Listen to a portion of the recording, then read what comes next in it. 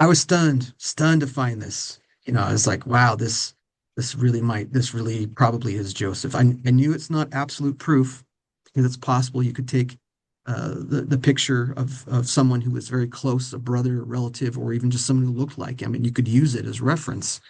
So that this doesn't prove it 100%, but it got me up and really high up there. Anyway, we agree that there are multiple correspondences between the daguerreotype and the death masks and Maudsley drawings. Therefore, we agree that the daguerreotype is likely an authentic image of Joseph Smith in life. So you feel after all this work, all this forensic analysis, would you say you're 99 or even 100%, 100%? 100%. If I could be 150%, I'd say 150, but of course that's ridiculous. The forensics is so overwhelmingly precise, especially again even just the three-dimensional correspondences to the death mask. Just stunning. Mormonism with the Murph, where Larry Singh explores church history and the church's truth claims. Hello everyone, welcome back to my channel, Mormonism with the Murph, where Larry Singh explores the church's history and the church's truth claims. And in today's episode, I'm really excited to have on Curtis Weber. And we're going to be discussing the Joseph Smith photo. We're going to be diving into the background and the provenance of the Joseph Smith photo and the work and analysis he has done, answering if this is an authentic photo of Joseph Smith or not. And Curtis, you've been on a bunch of different platforms like Saints Unscripted, Mormon Book Reviews, other places. You've done a lot of work into this. And in this interview, you've prepared a lot of slides that we're going to go through as well of some of the recent work you've done as well, that you think very almost 99%, if not 100%, verifies this is a photo of Joseph Smith. But before we get into that and your presentation, maybe talk a bit about who you are. Have you always been a member of the church? Where'd you grow up? Just talk about your church life and then maybe transition to what got you interested in, church history, Joseph Smith, and the photo of Joseph Smith as well. Sure. I'm a son of two converts to the church. My dad joined when he was between his junior and senior years of high school in Southern California, and my mom joined the church when she was growing up in France when she turned 18. Oh, she And was from they France. That's quite she cool. is from France. Yeah. So and because she's from Brittany, she actually has a lot of genetic relation to the British Isles, especially Scotland, Wales, and probably Ireland. Hey, my neck of the Uh, woods. that's right. That's right. So we might be distant relatives somehow. I don't know. I feel But bad. I I assumed so pioneer heritage for you. I feel bad. That was an assumption on my part. no reason to feel bad. I think of both my parents as modern day pioneers. They didn't have to physically cross the plains, but That's true. I like to think of it as the Lord literally plucked them from different parts of the earth and brought them together to make sure that I and my siblings and my children and so forth have, come into existence. Reality really is an amazing thing when you look at the whole history of the earth and how much we're dependent upon each other, really how connected we all are. It's really amazing. But That's cool. that said, I was born and raised in Southern California, then moved to the Washington, D.C. area in my high school, my last 3 years of high school. Came back out to the West to go to BYU, and then did that for a semester, then went home and worked and saved money and went on my mission. I served a mission in Bulgaria in 1992, 93, and came home, went back to BYU and ended up getting married to a sister from my mission who I did not know at the time we would be dating, let alone getting married. She came home from her mission about a year after I had come home. And we have 7 kids and live in Utah. We have made our life here and never thought I'd land in Utah. It was never on my radar or desire to be here, but it's been a blessing and here we are. Um, Very good. uh, what else should I tell you about my background? Well, have you had an interest in the life of Joseph Smith and church history as well? Has that been a passion of yours? So I think I would describe myself as a somewhat interested, though a little bit, standard teenager, kind of interested more in comics and movies and music and TV shows and video games and girls than religion. And although I never not believed, and I don't think I can really look back on a time when I didn't believe. I grew up going to church as an infant all the way, to this day. And so I kind of naturally, inherently had some level of faith or testimony, even though I think as all young people do, they kind of rely on the faith of their parents and the people around them at church and so forth. But I was very interested for some reason as a young, stupid teenager in the life and teachings of Joseph Smith.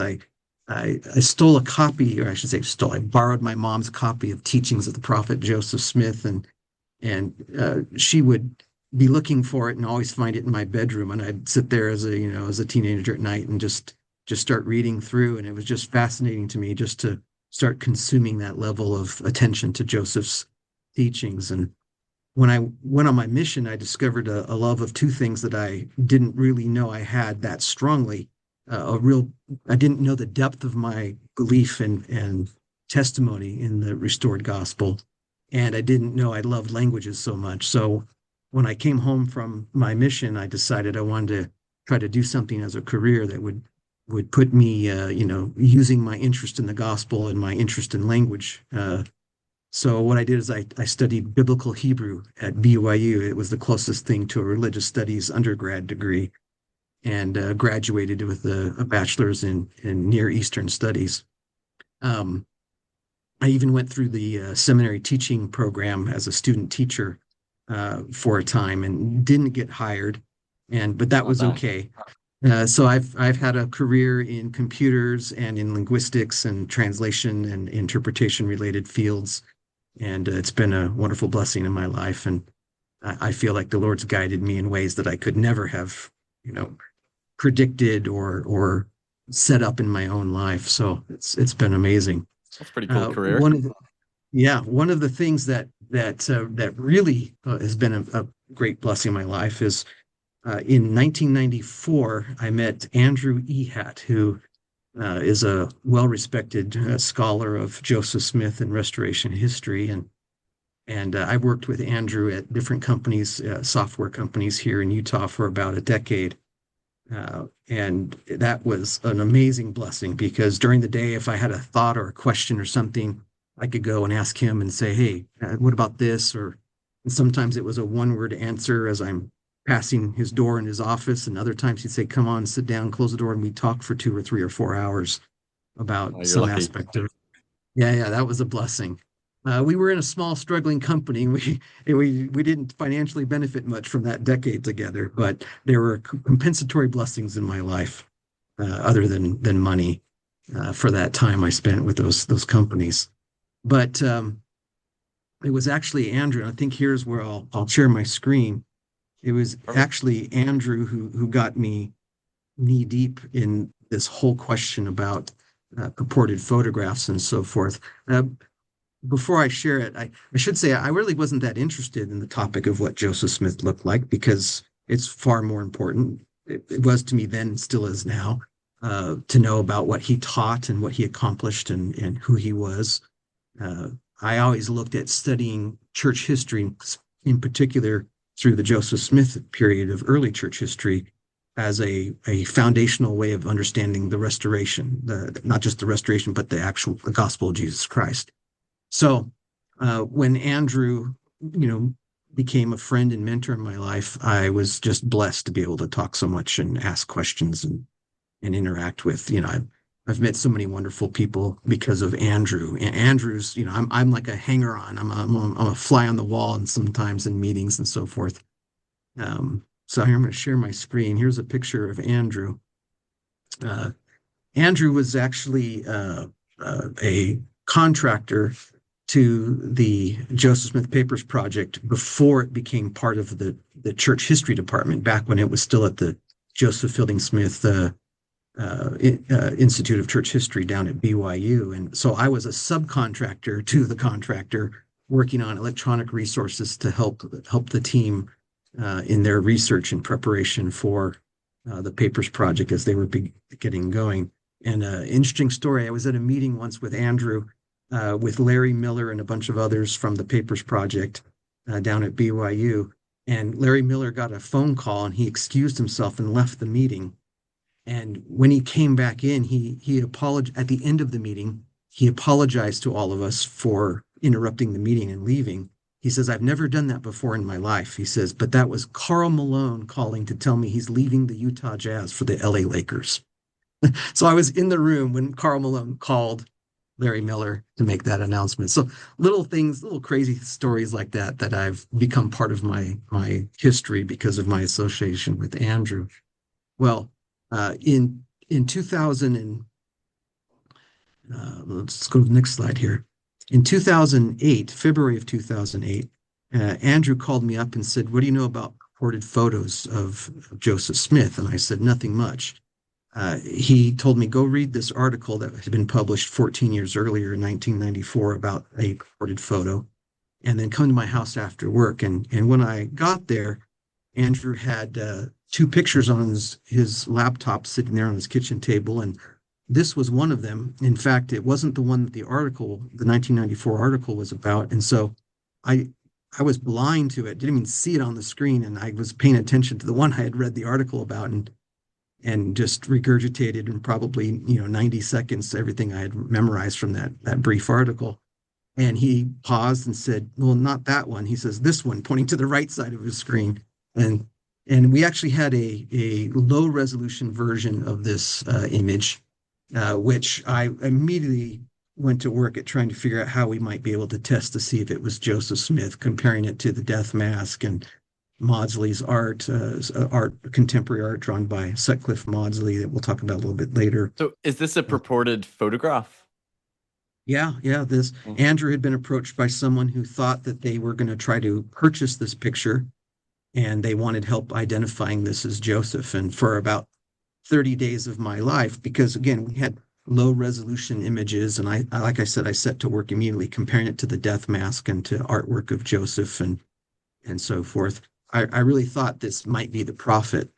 I tested it, flipped and unreversed. We'll talk about that in a minute about why you have to test both ways. But I really thought for about 30 days, bonker crazy out of my mind, thinking this might be a beautiful full body picture of the prophet Joseph Smith. And to But me then as we well, got a whenever high I look resolution. at like his hair and like his nose, when I compared like other pictures I've seen of Joseph Smith, I would also think first off, looking at it, like, oh, that could maybe be him. Yeah, I mean, I loved it immediately. I looked at the hair and I thought, oh my gosh, that hairstyle, it helps me understand the famous painting that hung in Emma Smith's bedroom. I've never liked that hair super much, but I thought if that's an attempt to replicate kind of these three buns of hair, if we could see this guy turned, you'd see his other side, probably as prominently large as on the one side of the head that's close to, turned towards us. So, an exciting 30 days of my life thinking that this really might be Joseph's. But not to burst anyone's bubble, once we received the high resolution image, we could determine very easily that it doesn't match Joseph Smith's anatomy. It's very important to be able to do these types of comparisons at very high resolution so that you can see the minutest of differences and details in a person's face.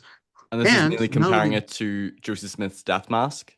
yep, exactly right, to his death mask.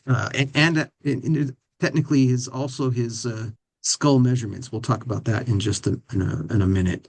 Oh. Um, so the proportions of his face are like this guy's forehead is too wide, slightly wider, which you can get mostly from the death mask as well. So you don't really need the skull data that we'll talk about in a minute. But it also helps that in the uncropped high resolution image that we received, there's a name etched into the corner of the plate, Stewart. He is actually Alexander Hugh Holmes Stewart, and the photograph is located in the Brady Collection and Library of Congress. This person who had approached Andrew was not going to be purchasing it from the Library of Congress, and there's pretty much a 0% chance that this is the prophet Joseph Smith.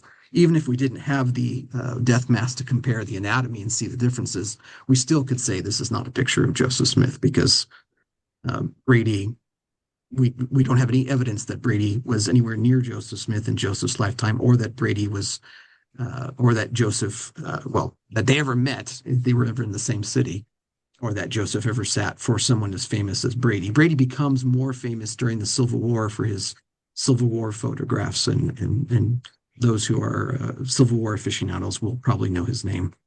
So that's the two Matthew. main reasons Matthew. why it's pretty much quite clear this is not a photo of Joseph Smith. Like comparing it to the death mask, and that the person who purportedly took the photo, there's no evidence of him meeting Joseph. Yeah.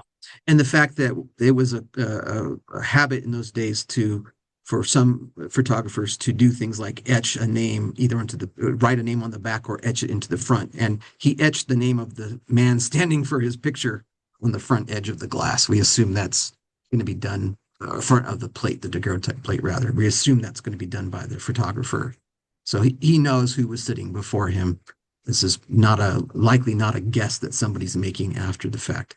Plus, we have other etchings and engravings of Alexander Hugh Holmes Stewart, and you can see obvious likenesses, even though he's older and a little more has a little more weight in his face in some of those etchings.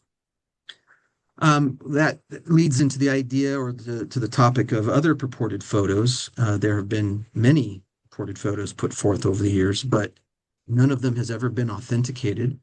And in fact, this might be surprising to some, but there is no contemporary documentation from Joseph's lifetime that he was ever photographed, and even no very close to his lifetime claims, like someone saying, yeah, Joseph and I went and stopped by when we were in Philadelphia or in Washington, D.C., or, we were traveling in Springfield, Illinois in 1843, and we stopped by and had our likenesses captured, by a Daguerrean artist or, something like that. And certainly in Joseph's later years, particularly like Nauvoo and probably end of Kirtland period, he had scribes keeping a pretty up-to-date journal. So you're saying there's nothing in his journal or no contemporaries ever mention Joseph's photo being taken. Exactly. Well, the best we have is later recollections or claims, not recollections, I should say, but claims that he was photographed. And we may talk about some of those as we go along.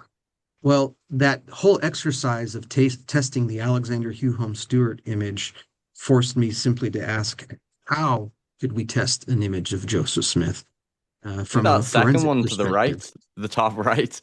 If that photo looks really old. That's really funny because you got all kinds of crazy claims out there and things that to our eye immediately says, yeah, I don't think so. But since none of us have seen him in life and our impressions of him are formed by a death mask and by artwork, most of which has been done, after he was killed by artists who never saw him in life. We really have to be able to test these things from a forensics perspective and not just give a gut check, reaction to them. Now, I don't have any formal training in the fields of, photography and anatomy and facial comparison, facial identification. But since 2008, 2009, I've deeply immersed myself in these fields, and I consider myself somewhat of an expert amateur in these particular fields, and just to kind of demonstrate how crazy I am about this topic, I'll describe a small controversy that I became a part of during my 2008 and 2009 research. So Hyrum and Joseph, after they were killed, their bodies were buried multiple times. The most recent of which was in 1928, and it's the most important for our discussion because it was during that most recent excavation and reburial that their skulls were dug up, identified, photographed, and measured before being moved and reburied in their current gravesite. And I was very surprised to learn this history. I knew nothing about such things, and I don't know if you were aware that I actually wasn't aware of that. That's really interesting. Yeah, I mean, the first four are in Emma Smith's lifetime. She's moving the bodies to keep them away from, at first, in the first burial, is a secret so that anybody who wanted to either desecrate the grave or any headhunters who wanted to collect his head and sell his skull to colleges or universities or phrenologists who would want to study Joseph's head.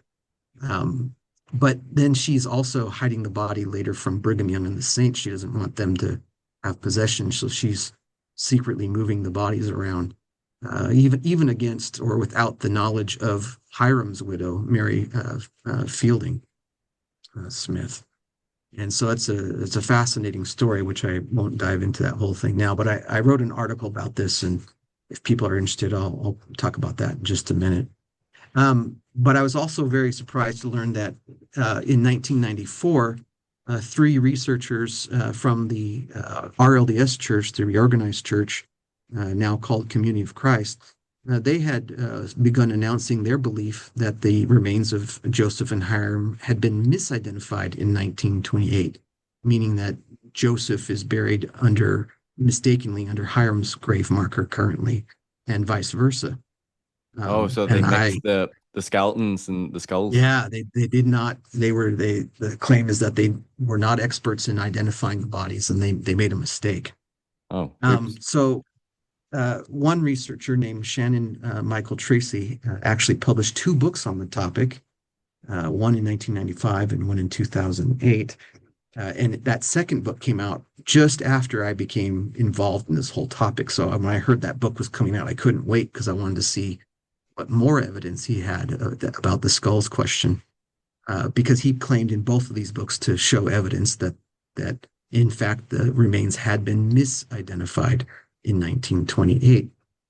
I also became aware of the work and claims of artist named DJ Bodden.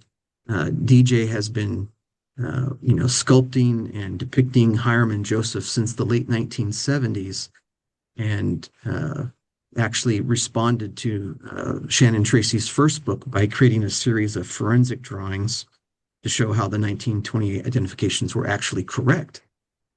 And so when I met DJ, he was very kind and immediately provided me a copy with some, I don't know, 17 to 30 different drawings he had done, both of Joseph and Hyrum, and allowed me to take them, and I scanned them back in 2008, and it was just wonderful to get to meet DJ and to get to know him at that time.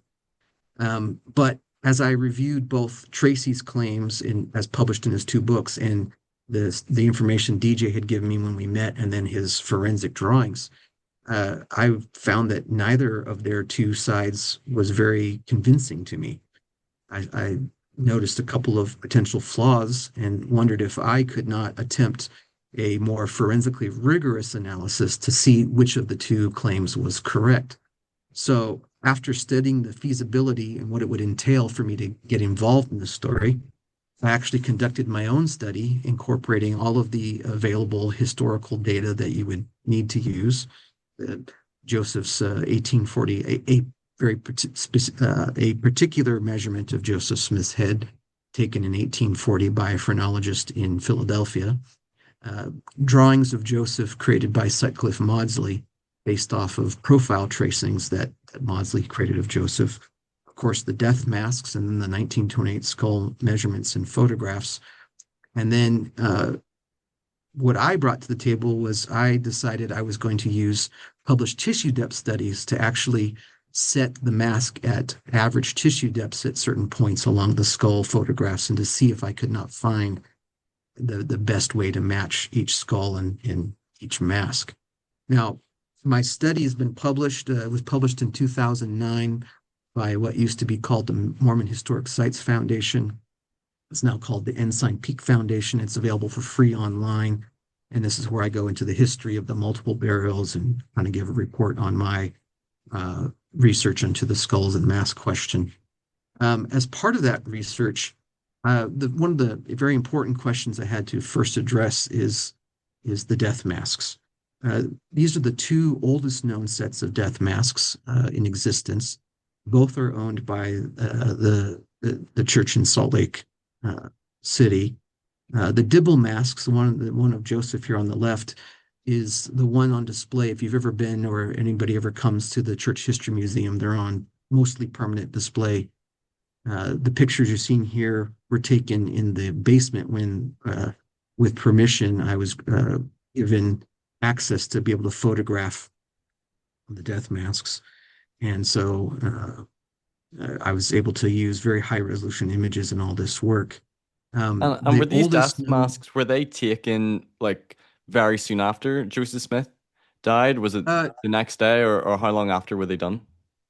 so the Hiram and Joseph were killed on June 27th, and their bodies are brought back to Nauvoo on June 28th, arriving between 2 and 2:30. We don't know the exact time. Two different sources give two different times. So early afternoon, they arrive, brought back in boxes carried by a wagon Um, and then there was a period where the family was kept out of the room in the mansion house in Nauvoo, and the bodies were cleaned up and prepared to have the widows and the children and Joseph's mother and so forth come into the room and weep and mourn with the bodies. And then I don't know how long that period lasted, but after that, then they would have been excused from the room, and then they would have set to work preparing the bodies for the public viewing, which was to occur the next morning, on the 29th, on Saturday the 29th. So sometime between whenever they excused the family and when they sealed the coffins in preparation for the viewing, which was done they sealed the coffins around 7 a.m. the next morning. They made these death mask molds on the faces of Joseph and Hyrum. And this mask on the left, the Dibble mask, is believed to be possibly a first generation casting made within that first few days or weeks of when that mold was taken off of their faces. So to create the mold, they apply plaster and then layers of cloth potentially to reinforce the plaster. Then they have to allow it to dry sufficiently so that when they remove it from the face, it won't alter the shape, right? It has to harden. And that original mold was then used to create, we believe, possibly this cast of the mask, the Dibble mask, that may be a first generation casting. That mask, we believe, was owned initially by George Cannon, who was in the room. He's documented to have been in the room helping to lead the teams making the death mask molds on the faces of Joseph and Hyrum. And George Cannon actually dies and travels to St. Louis and dies about a month after Hyrum and Joseph. And we believe the masks passed to a friend and associate of his, William Rowley, also a member of the church. And in 1849, Rowley sells that set of masks to Philo Dibble. And then Dibble takes them to Utah and displayed them for many decades as part of his traveling exhibits on church history, including obviously the martyrdom. So hence the name, the Dibble masks. But these really might be correctly called the Cannon masks, though we know he bought them from Rowley, and we know Rowley's a friend of Cannon, and we know Cannon made the original molds. So we assume these are the Dibble masks were originally owned by George Cannon. It's kind of more detailed than I thought we'd get into, but it's a very fascinating history. Okay, that's Now, good background. The pedestal masks are believed to be copies made no later than 1849, because John Taylor takes a copy of the death mask with him on his mission to England, France, and Germany, actually. And then on his way back from that mission, it's believed that he stops in England and he engages a sculptor by the name of Gahagan to create busts of Hyrum and Joseph and using those masks. And so it's believed that these pedestal masks are copies that John Taylor took with him. What's important about the two masks is that while the Dibble masks are older and have more detail and therefore are more forensically significant, both the Hyrum and Joseph Dibble masks have been damaged and have been repaired.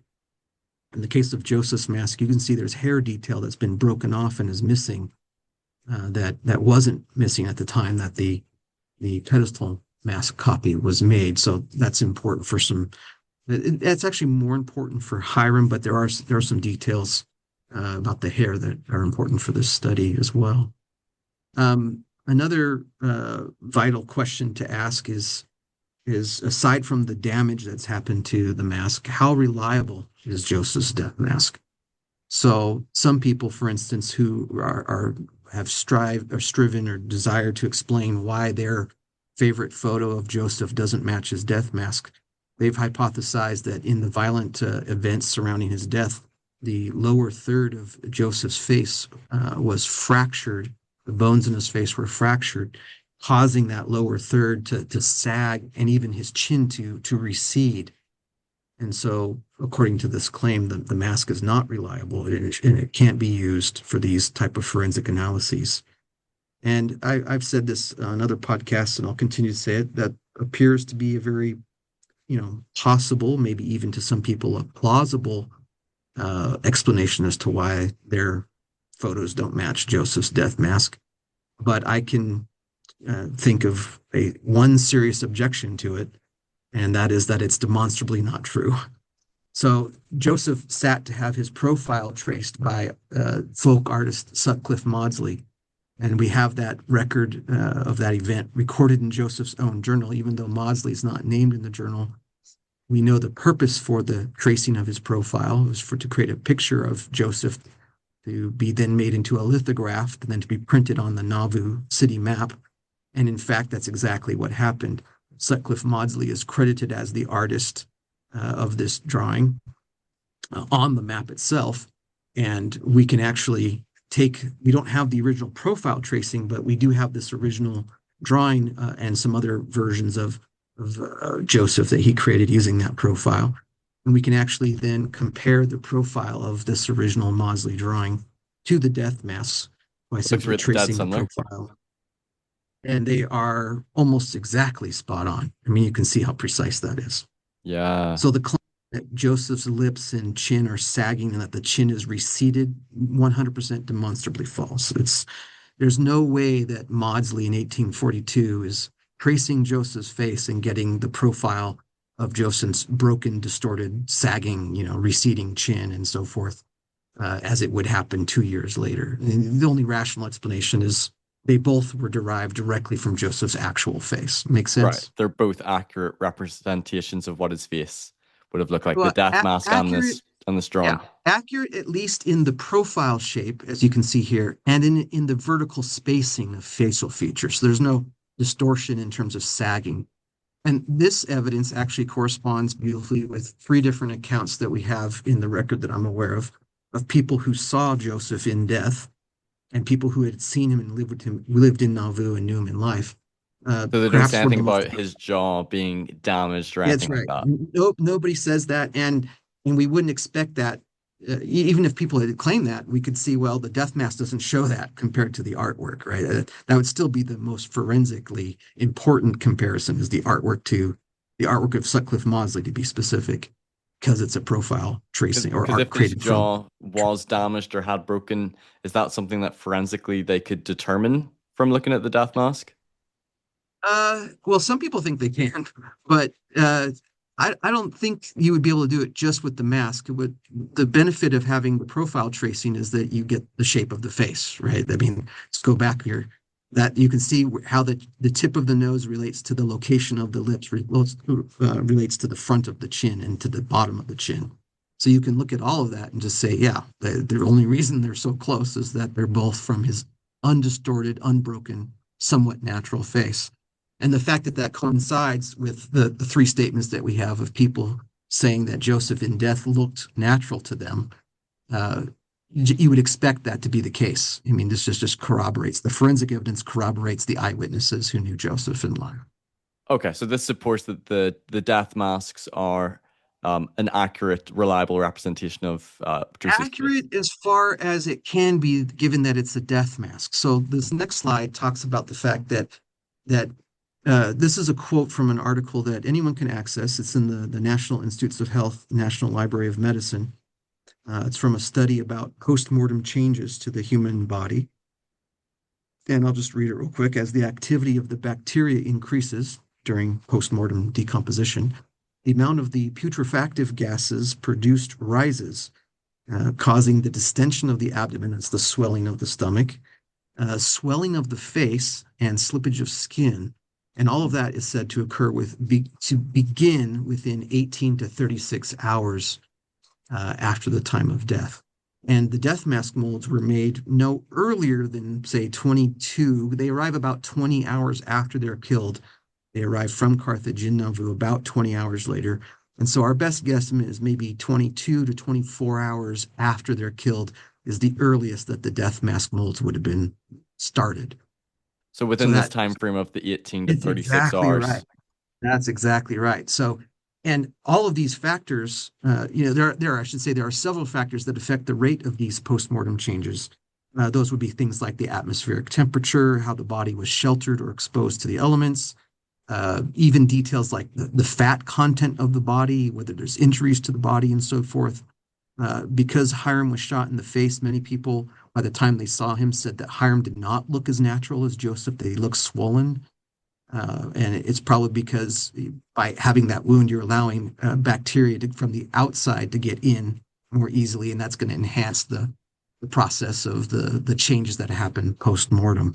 Mm. But that slight swelling, we'll see swelling of the face and maybe even slippage of skin is actually evidenced in Joseph's mask. I can't unsee it now. I had artist friends and others with more training than I who've looked at it. And as soon as I heard them say it, the death mask has always looked a little puffy to me. I can't unsee the puff. And as you'll see a little bit later, we actually have some rather straightforward forensic evidence that that really is the case. Now, as part of that research, I mentioned my skulls and death mask research.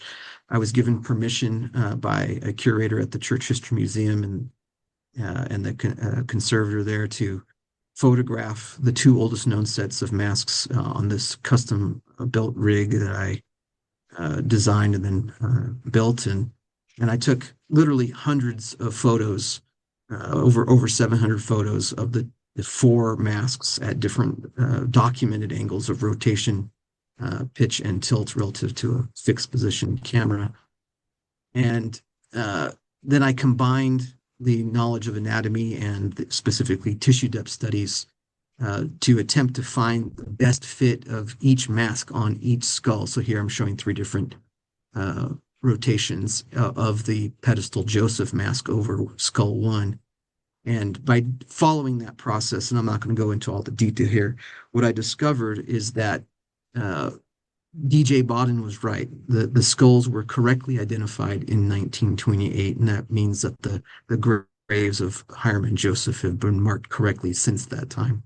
Now, there's still people who dispute those findings, and I've done more research on that, but I'm not prepared to have that discussion in public yet. I've created a whole lot more research on it, and I'm hoping to be able to show that to more experts and get some more expert opinion about it, because I do think it's kind of important to this whole story.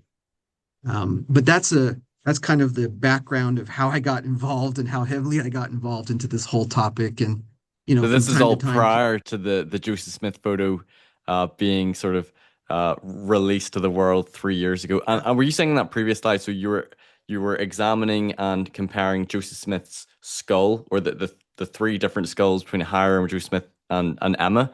Is that right? And then you were two different putting the face skulls, mask just on it. Hyrum and Joseph's. We don't Just actually don't two. have any photographs of Emma's skull. I don't have a slide prepared for you showing the other skull, but we have photographs from essentially four angles for one of the skulls, skull one and skull two. Skull one was originally identified as belonging to Hiram, and that's what I found as well, is that it matches with near textbook perfection to Hiram's death mask, and I cannot produce that same match to Joseph's. And when people, have since claimed that the skulls are still there are claims out there that the skulls have been misidentified, I decided I'd go further into the study and see if I could improve on the rigor that I had applied during my 2008-2009 research. And like I said, I'll at some point in the future be showing that to the world and talking about that issue potentially. But all that again is just background to how I got involved in the whole question. And on occasion, people will come to me and they'll bring pictures and they'll ask me to help prove that it's Joseph or not. And so far, two people have done that and went away not happy with the answers I was able to provide. I did not find any evidence that these people had discovered photos of Joseph. And if you're interested, I could talk about that on maybe on another time. So none of the previous all, photos that you showed on a previous no, slide, none of them were authentic none when of you them. analyzed them. Yep, none of them. And you know, I tell you that backstory kind of just to establish that I had dived pretty deeply into this topic. I was a little bit familiar with the question of anatomy and purported pictures and so forth. And because of that research and because of all these analyses I had done on photos, I had become pretty well convinced that the reason we didn't have an authenticative picture of Joseph was probably simply because he had never been photographed. Remember that we don't have any documentation proving or strongly indicating that, in fact, he really had been, despite claims again that were made by, say, Joseph Smith III decades later. A lot of us thought that was just probably a mistaken belief that we So is that like a simply didn't. reminiscence of Joseph Smith III, that there was a photo taken of his father? He claimed to actually have one, both in 1885. He claims to have received one from his father-in-law, or not his father, his stepfather rather, Louis Bideman. Emma's second husband. Uh, and then he claimed in a letter to Joseph Fielding Smith Sr., Joseph F. Smith, his cousin, one of Hyram's sons, who became sixth president of the LDS Church here in Salt Lake, that they had a daguerreotype. And then he published a letter was published in the Salt Lake Tribune in 1910, towards the end of Joseph III's life, in which he also claimed to have a photograph or daguerreotype of his father. And we'll talk a little tiny bit more about that potentially. But a lot of us had thought that that must be mistaken, that and some people believe there is a photo out there. I mean, some people were out there claiming this or that, the other photo. And, I just happened to come to a belief that the chance of him actually having been photographed are quite small. Otherwise, where has it been and why can't we authenticate a photo? So when I saw this on the very first day it was announced on July 21st, 2022, 3 years ago now almost, kind of laughed and shook my head in disbelief. And because I had been on this merry-go-round before with, a photo, and every few years a new photo comes out and someone says, I found the photo of Joseph Smith. And I just kind of looked at the picture and my first thought was, yeah, I don't think so. Yeah. And the person who reached out to me sharing the announcement, he sent me a link to the Deseret News article about it. So I clicked the link and saw the picture, and I messaged him back and said, well, don't get your hopes up too much, essentially. Joseph, this probably isn't Joseph. He probably wasn't photographed, but I'll compare it to my high resolution death mask photos, and I'll see, whether it's close or not. Now, what I didn't know when I first started my research that day, because I didn't even bother to read the article in the Deseret News. I just saw the picture, took a screenshot of it, immediately went to comparing it to the death mask. But later that day, I started reading the article and I discovered that the locket is owned by Dan Larsen, who is a great great grandson of Joseph and Emma, through his mother, Lois Smith Larsen, a daughter of Frederick M. Smith, second president of the RLDS Church, who, of course, is a son of Joseph Smith III, and we know who his parents are. And that prior to Lois's death, she dies in November of 1992. She called Dan over to the house and gave Dan a collection of Smith family keepsakes, which included some pocket watches, one that belonged to his grandfather, Frederick, and one that belonged to his great grandfather, Joseph Smith III. And it included this other little locket, which Dan assumed was another pocket watch. Dan first examined it a few months after his mother's funeral, so I assume that was in early 1993. And he found that the smaller locket that he thought was a pocket watch was the release mechanism was bent or broken or stuck and couldn't get it open. And he didn't think much of it. And he put it back in the cardboard box that had come from his mother in, along with the other artifacts. And he stored that away. And then he didn't think about it, didn't touch it for the next 27 years. So we could have known about this in 1993 had you found a way to open that locket. Potentially, yeah. Isn't that crazy? It Wow. literally sat in his possession, unopened, untouched, unknown for 27 years. And then the pandemic hits in March of 2020. His father-in-law had just passed away, and he and his wife were talking about, estate issues, and with the pandemic and death in the air, everyone's talking about things. They were talking about, you remember those things your mom gave you before she died? Oh yeah, well, we should go look at those again. And Dan pulled them out and put them on his kitchen table, and he opened the pocket watches that belonged to his grandfather and his great grandfather. And then he tried to open this smaller, what he thought again was a pocket watch, and he found that it was still stuck. And this time he thought, let me try a little harder. And he took a small knife that he uses as a letter opener and he popped it open. And what he saw was essentially nothing. I'll show you that in just a second. So that's what we know of the provenance of the locket. We can't prove its ownership prior to 1992. Dan says his mother didn't talk about the prophet Joseph Smith when she conveyed the item. She didn't talk about any photographs. So we suspect that she did not know what was in the locket, that maybe she herself never got it open. We don't even know if she ever tried to get it open. And so it remained unopened for however many decades until March of 2020, just 5 years ago. And then they quietly studied it for 2 years before they announced it to the world. Now, as part of that study, the locket was brought to Salt Lake and left with the church history department. And in the church's official statement made the day after the public announcement of the locket was made, the church said that, again, it was provided with the opportunity to analyze the locket and photo.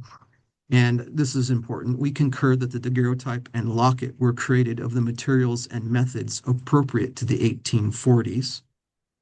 However, nothing is definitively known about the locket's history before 1992. We cannot draw a conclusion about who is pictured in the daguerreotype. We welcome the recent publication of the image and hope it will prompt the discovery of additional information helpful to determining its authenticity. So now, pretty open-minded, but not conclusive that this is actually a photo of Joseph Smith. But they're saying the materials and the methods seem appropriate or could fit with a photograph from the 1840s. So it's not an obvious forgery. Exactly. And then one of the world's leading daguerreotype experts, now retired from the George Eastman Institute back in Rochester, New York, Grant Romer, examined, at least I think, digital images. I don't think he ever held the locket himself in person. He examined it and said that it looked like it was created no earlier than 1843 to 44, and that there was I would love to get a copy of this report, but it evidences a technique that was used or employed on daguerreotypes for a very short window in the 1840s. So I suspect strongly that just based off that this is in fact an 1840s daguerreotype. It also helps that the man in the locket has a hairstyle and clothing that was popular in the Regency period during the 1840s. So it's there's all kinds of pointers pointing to this daguerreotype existing in the 1840s.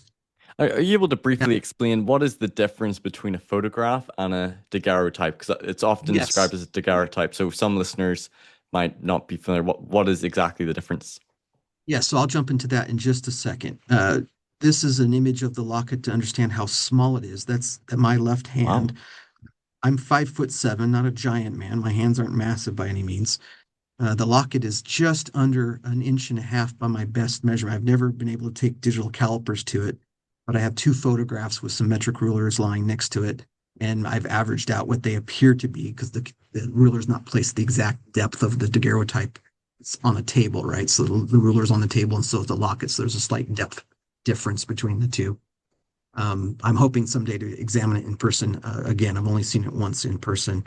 And if the owner, Dan Larsen, will allow me, I'll have digital calipers this time, and I'll do some more measurements. But it's a very, very tiny artifact. Now, as you said, daguerreotypes. What are daguerreotypes? Daguerreotype is the first form of photography that was widely available to the public. It was introduced in August of 1839 by the French government. The French government purchased essentially the formula from inventor Frenchman Louis Daguerre, who had been working for quite a while on trying to come up with the photographic process. He had been working with others. And in 38 and then early 39, he begins to announce his discovery, and it creates quite a stir. And by September of 1839, the formula, the instructions for how to create a daguerreotype are in the United States. And it's of all the countries in the world, America falls in love with the daguerreotype the most. Now, a daguerreotype is essentially a photosensitive mirror. And by that, I mean it's usually a plate of metal, usually copper, that's coated in silver, that's then polished to a high mirror-like finish. And then the silver surface is photosensitized by exposure to certain chemicals. And then that photosensitive silver plate is placed in a box with a lens attached to primitive early cameras. And then when the lens cap of the camera is removed, the light comes through the lens and is inverted and flipped horizontally, creating essentially a mirror image on the photosensitive silver plate. Now, when the exposure time is reached, the daguerreotypist would put the lens cap back on, and they would cover the plate so that there would be no more light hitting the plate. Then they would take that covered plate over and put it on a device block it from light, but then to expose it to heated, it would remove the plate cover and expose it to heated mercury vapors, which actually poisoned a lot of daguerreotypists because of the exposure to mercury. It's not very good for the human body if you don't know. And that process would then cause the still invisible image to be developed or to be seen. That's why we talk about developing pictures. Well, even the earliest form of photography, it was invisible at first until you exposed it to mercury vapors. And then they had to wash it in a solution of sodium thiosulfate to stop the photosensitivity. Otherwise, the picture would just darken and you'd have a black circle or a black picture over time as the light continued to photoactively interact with the silver iodide surface or bromide surface. And then because it's a very delicate, like if you were to touch a daguerreotype, Stephen, with your fingertip, you would leave fingerprints. You would lift crystals off the surface. So then to seal it against being touched and corrosion from sulfur in the air or any oxygen, as we see, there's a little bit of oxidation in the copper that's been exposed. They would seal it under glass and usually put tape or glue to seal that metal plate and the glass assembly. And then they would further protect it by usually putting it into a leather or paper or a thermoplastic case, often velvet lined, or in this case, into a locket or some other housing that would protect the daguerreotype further. And then you would not want to expose the daguerreotype to sunlight a lot. So they all had covers and you would open it to look at it. But can you see the image in this still? No, not really. No, So not really at all. this is amazing. Daguerreotypes are the most unique form of photography in existence still to this day. They're magical. What you see in a daguerreotype depends on the angle at which the light will strike the plate and then hit your eye. So in this video I'm about to play, what you'll see is that there's almost no image. You can get kind of the ghost outline of something there. Or even though you'll see here the locket and camera are stationary and they're going to move a light source around the locket. Watch how the locket is transformed just by the motion of the light, the angle of the light. Oh, wow. So you see nothing or the picture, or in a second you see a negative where the forehead will go dark and the shadows around the eyes, nose, and lips will go white. You see that? It's really an amazing artifact of science. I think we all take photography and video, and in fact, we're on a video call across the Atlantic Ocean and across the continent of North America. We take that for granted, but it's Amazing. amazing to live in Joseph's day, and there's no such thing as photography one day, and then it's announced, and all of a sudden we can take photographs. That's And so cool. motion pictures are not too far behind that, right? Another 50 years or so, and they are even less than that actually, 30 years or so, and they're starting to take video. It's just incredible, I didn't just realize this is almost incredible. like the beginnings of But photography here at this point in sort of like the early to mid it absolutely is. 1800s. It absolutely is. Yep.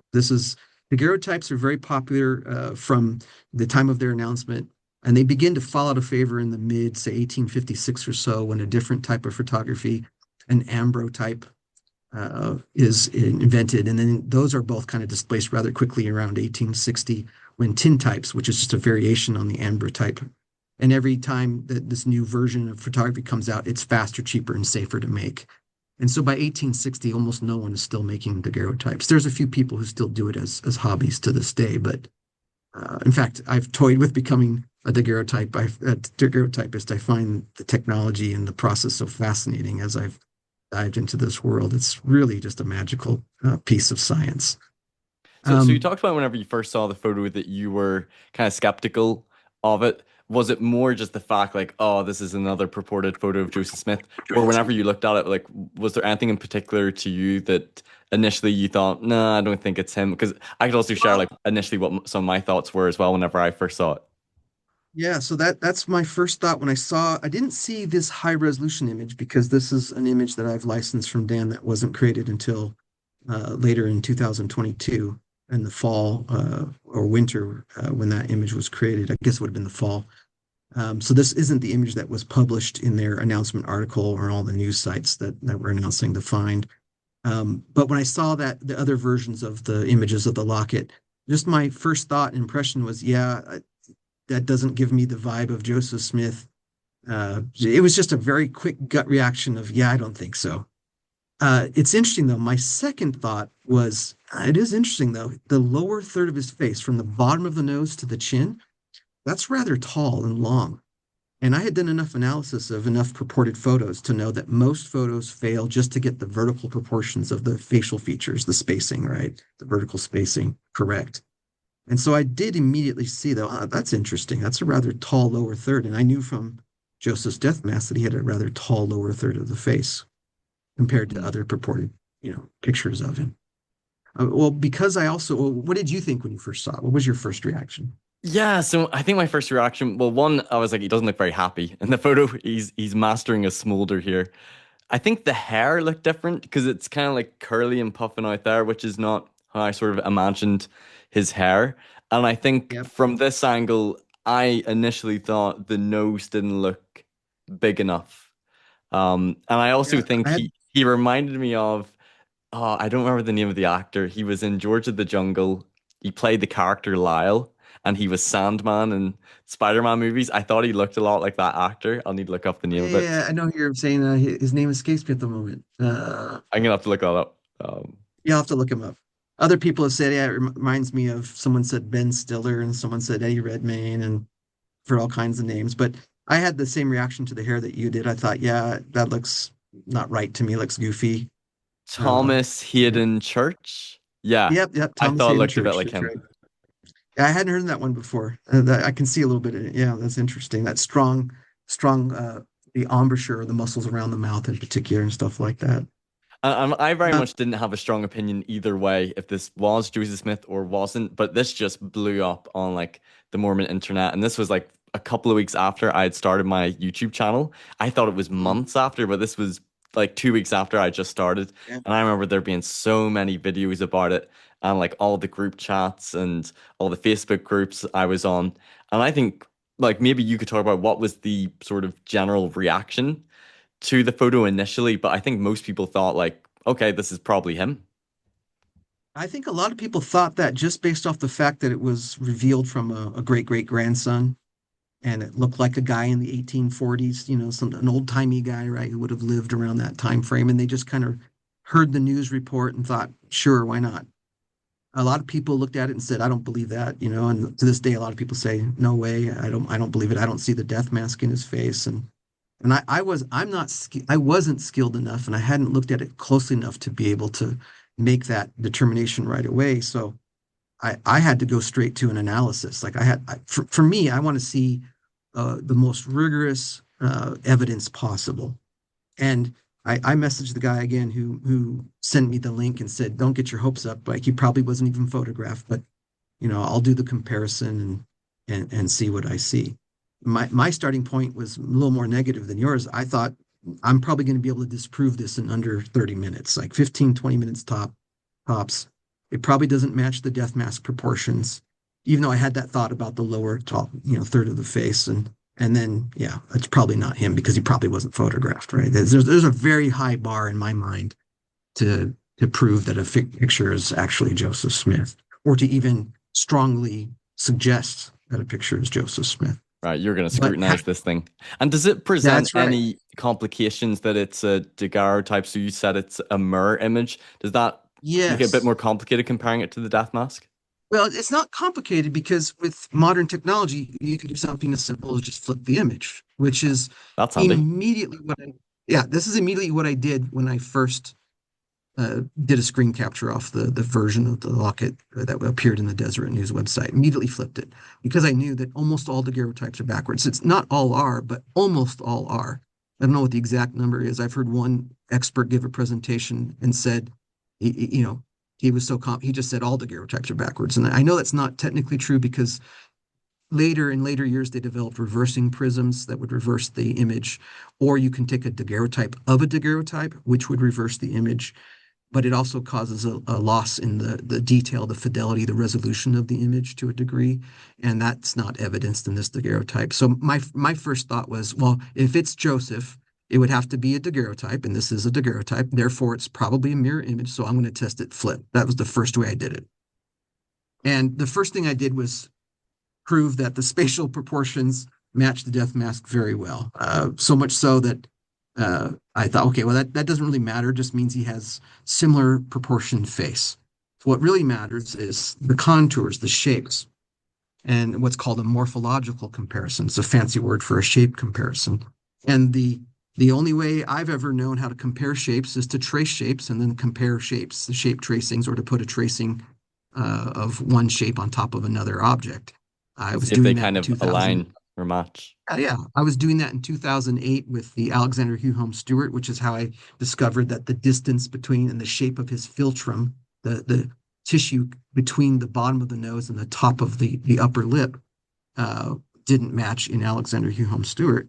So I thought, well, let me trace the features of the face in the daguerreotype, as you see here in red, that would appear in the death mask, and then simply place a copy of those tracings right on the death mask itself.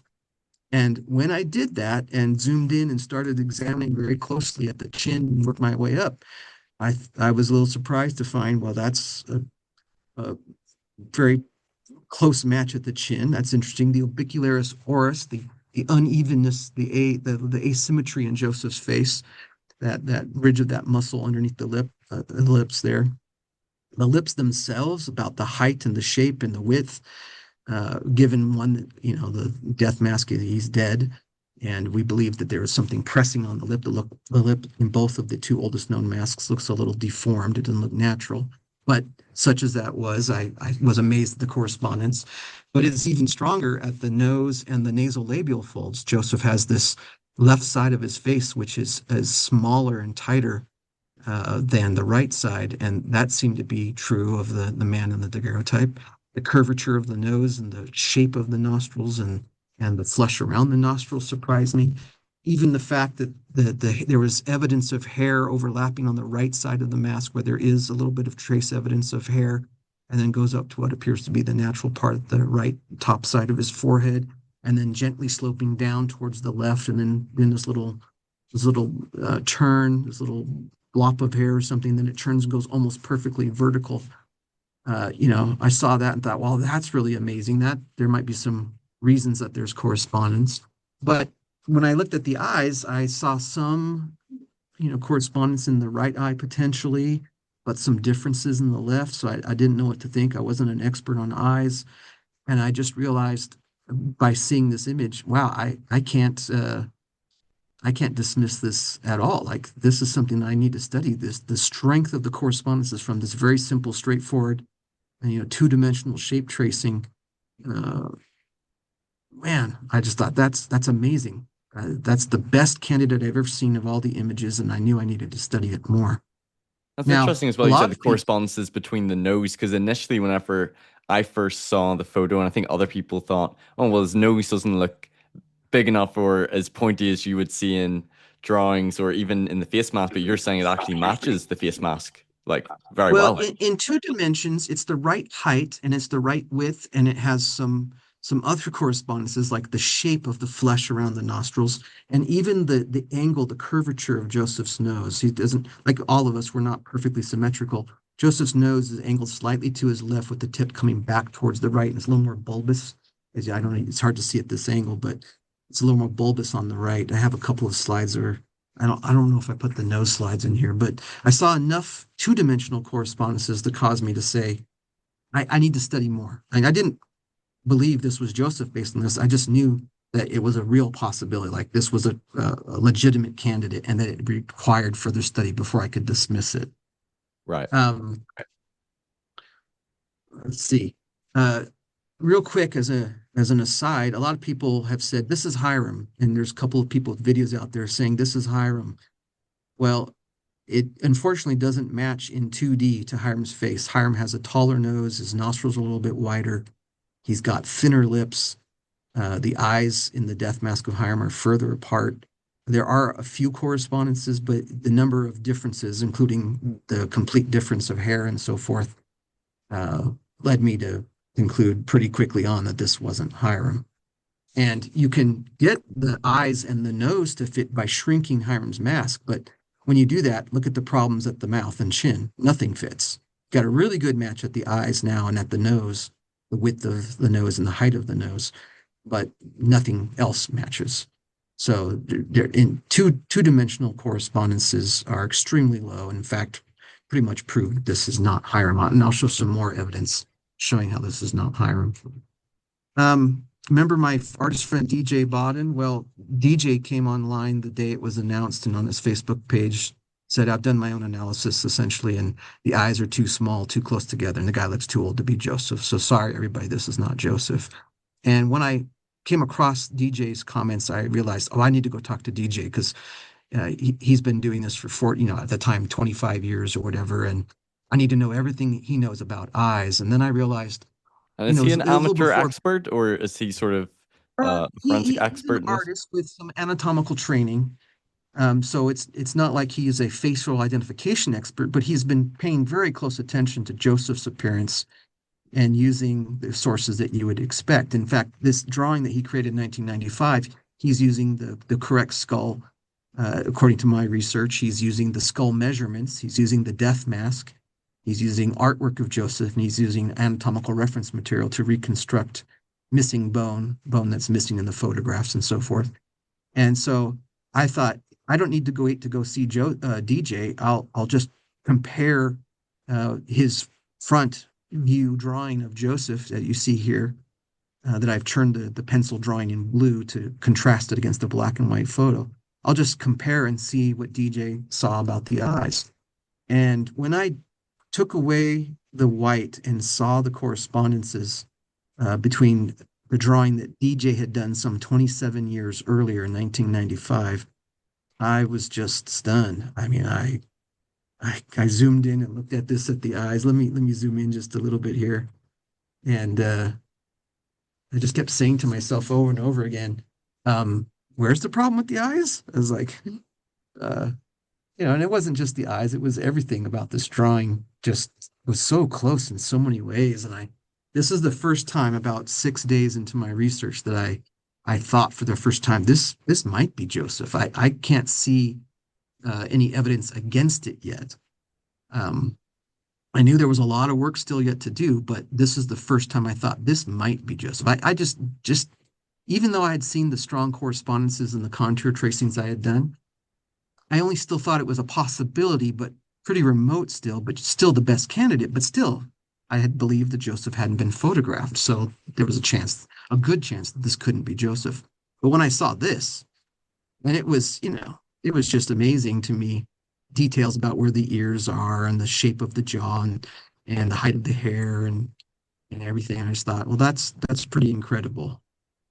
So I kept pursuing, looking for more evidence. One of the first things I did is I compared it to Sutcliffe Maudsley's artwork in the death mask to get the position of the eye correctly, because Maudsley often draws the interior details off from where they actually are. And in fact, he draws the hair, the ear, and the eye in slightly wrong places, and that even the size of the head is slightly off. But even with that, there are 14 correspondences that I was able to discover between the daguerreotype and Maudsley's profile drawings of Joseph, and no contradictions, which was important to me. And again, it was just another piece of evidence to consider. But what really interested me and left me a bit confused was the fact that in the announcement article, Lachlan Romig and Lachlan Mackay and Ron Romig, the two researchers who had in 1994 proposed that the skulls had been misidentified. Lachlan is a nephew to Dan Larsen. They're both descendants of Joseph and Emma. Lachlan's mother is Dan Larsen's sister. That's how they're related.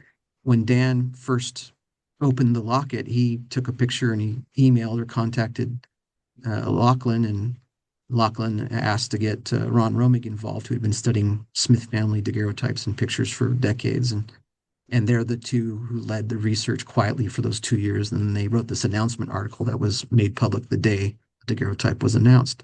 And in that article, they didn't show any comparisons to Maudsley's art, and they only showed two images of the death mask, and they never showed the daguerreotype reversed. They talk about the possibility that daguerreotypes are backwards, but they never show it reversed. And instead, they compared it more frequently in their article to this famous portrait of Joseph. And that's because they saw 6 correspondences that they highlighted in figure 34 of their article. And I saw that and I was confused by it because I had already done my reversed analysis and my unreversed analysis. And if you leave the death mask and the daguerreotype unreversed, and these are two images of the death mask at different angles, the hair in the death mask contradicts the hair in the daguerreotype. And as you can see, the nose curves the wrong way. It's the asymmetries of the face aren't the same. And knowing that, and I have since done even more detailed work, which I probably won't get into today, but in fact, it is not a match at all to the daguerreotype in very minute detail when it's left unreversed. But when you reverse it, you come up with very strong correspondences. So I was confused by that because Because you're saying that the portrait shouldn't match the daguerreotype because the daguerreotype is a mirrored image. Exactly. I thought, well, isn't that intriguing? Because if this were a daguerreotype of Joseph Smith, it appears to be backwards. And why would the painting match the unreversed daguerreotype image when it doesn't match the death mask? And part of That's the issue curious. is that, yeah, that is very curious. And I immediately knew this and thought, well, what's going on here? Because we know this painting was owned by Emma and kept in her home in the Riverside Mansion in Nauvoo, in her bedroom, in fact. We know that she passed it on to her son Joseph III before she died. We know that Joseph made photographs of it and sold photographs of the painting, images of the painting. And we know that before he died, he passed it on to his son Frederick. And then at some point, it passed into the ownership of the RLDS Church and went from the family to the institution. And then in March of 2024, which I didn't know, until it happened, it was actually sold to the Salt Lake Church as part of the package deal that included the Kirtland Temple and properties in Nauvoo and other Smith family artifacts. And then it went on display in the Church History Museum in downtown Salt Lake. And so we know that these are all well-established facts. This is the history of the ownership of the item. But there's two things we've never known for certain about this painting. We've never known who painted it, and we've never known when it was painted. For many years, it was attributed to artist William Major. He shows up in Nauvoo after Joseph's killed, which is interesting. But sometime prior to 1972, the RLDS Church changed the attribution to artist unknown when it was pointed out that it doesn't match Major's skill or his style. It's beyond his skill. None of his other paintings exhibit the qualities that are seen in this portrait. And so from sometime prior to 1972 to about 2007, it was artist unknown. But in around the year 2007, the attribution was changed to David Rogers. Now, we do know for a fact that David Rogers, an artist from New York, visited Nauvoo in the fall of 1842, and he painted a portrait of Joseph. It's mentioned in Joseph's journal. He sat for Brother Rogers on 4 days in a 5-day span. And this has been, like most of it, like most other people, just believed that, okay, the museum says this is probably David Rogers, so, or the RLDS Church says this is probably David Rogers, so why would we disbelieve that? But it's never been proven, either from a documentary perspective or forensically, that this, in fact, is the Rogers portrait.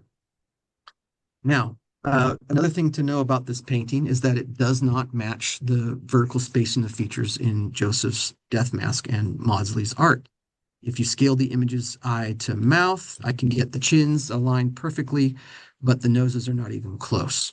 So you can see the chin is just fine, but the nose is pretty far off. I'm going to zoom in just to show you that a little more closely, how off the nose is. The nose in the painting is significantly taller for some reason. And I've played with rotation and scale, and it's not merely a question of the angle of the face. I can get 3 of these lines to line up, but I can't get all 4 ever to line up. So knowing that, here's another way to look at that, in fact. So here I've marked the position of the width and the lower boundary of the nose, and then the shape of the lips. So if you overlay the death mask at best fit to the painting nose, you can see the nose I can get at position and width just fine, but look how off the mouth is. And what that really is the mouth is in fine position, but the nose in the painting is simply too tall. Now, another curious fact that I discovered is that you can see the width of the mouth in the painting is too narrow by a significant amount. It turns out that it's too narrow by 18%, meaning if you shrink the width of the mask and only the width of the mask by 18%, look at the shape of that lower lip in particular. It's very interesting detail to me that the painting has a taller nose and a more narrow mouth. And I had known that since 2008, 2009. But it's important to this study, as you'll see in just a minute. Well, what if somebody were to say that, oh, well, if this is an artist who's painting Joseph, he may not be just completely accurate with the distances between his nose Exactly. and his mouth. That's what people might say. It can be the skill of the artist or it can be artistic license, right? It could be that he's stylizing the face. Is the art, imagine if Salvador Dali had painted Joseph Smith, what would he look like, right? Right. You imagine if I don't know, if Monet did it, you would get impressions of his face. You wouldn't get like a hyper accurate rendition of his face. So knowing all of that, I just knew that this wasn't a hyper accurate representation of Joseph's face, which interestingly brings me to a little side note here. These purported pictures of Joseph all have the exact same facial proportions as the painting, which means they Mm, don't match the mask just like the painting doesn't match the death mask. Meaning these are not photographs of Joseph. Now I've done more in-depth analyses of these, and I may show that in a future date. But 100% these are either derived directly or indirectly from the painting. And yeah. since the people who made these images weren't comparing the painting to the death mask, they didn't know that it doesn't match Joseph's known facial proportions, right?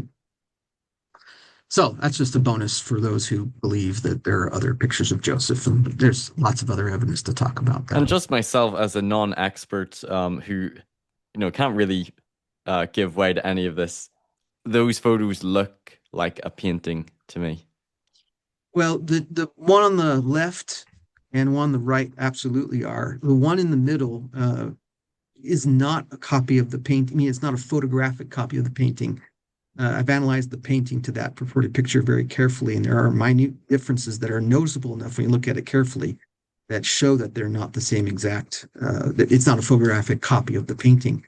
But what I think is someone attempted to say, well, given that that painting is of Joseph, what would it look like if we tried to? It's probably an early, a late 19th century, early 20th century attempts at creating a photorealistic version of the painting.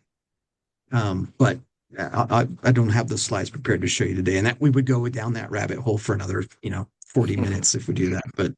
Let's But not then. anyway, yeah. So I what I did is I thought I'll do my own comparison of the painting to the daguerreotype, the unreversed locket, and see what I can see. Right. So I brought in the unreversed daguerreotype image and scaled it to match the distance between the eyes, and I traced everything in the daguerreotype that would be in the painting, and then simply did this, Steve. Just simply hid the daguerreotype layer. And when I saw this, I was completely astonished. I was blown away. I had grown to dislike this painting because of the differences to the death mask and some of its awkward features. And what I realized at this moment was about three or four things. And to make what I realized a little more clear, I've here the painting contours are traced in blue, and then I'll simply remove the painting, and you can compare the contours. I immediately saw there were not six correspondences between the painting and the unreversed daguerreotype. I saw that there were so many more. In fact, I've counted them now. To date, I have discovered 76, including shapes, shadows, and highlights in the daguerreotype that appear to have been copied directly off of the unreversed Larsen daguerreotype into this depiction of Joseph Smith. Now, Ah, okay. I So you're was saying the portrait, the painting is dependent upon the daguerreotype because it yes, matches the mirrored the image backwards daguerreotype. face in the locket.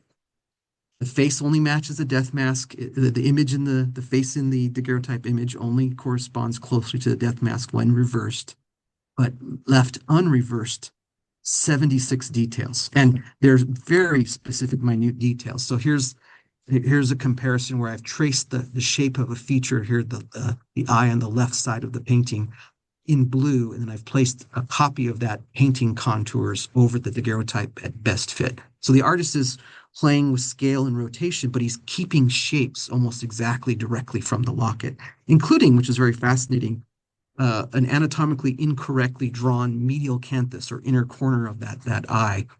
It should connect to the edge of the eyelid, not to the fold of the eyelid, like it appears to be here. But it appears to be based on this blurry, shaded detail in the daguerreotype, which is hard to see the corner of the eye properly.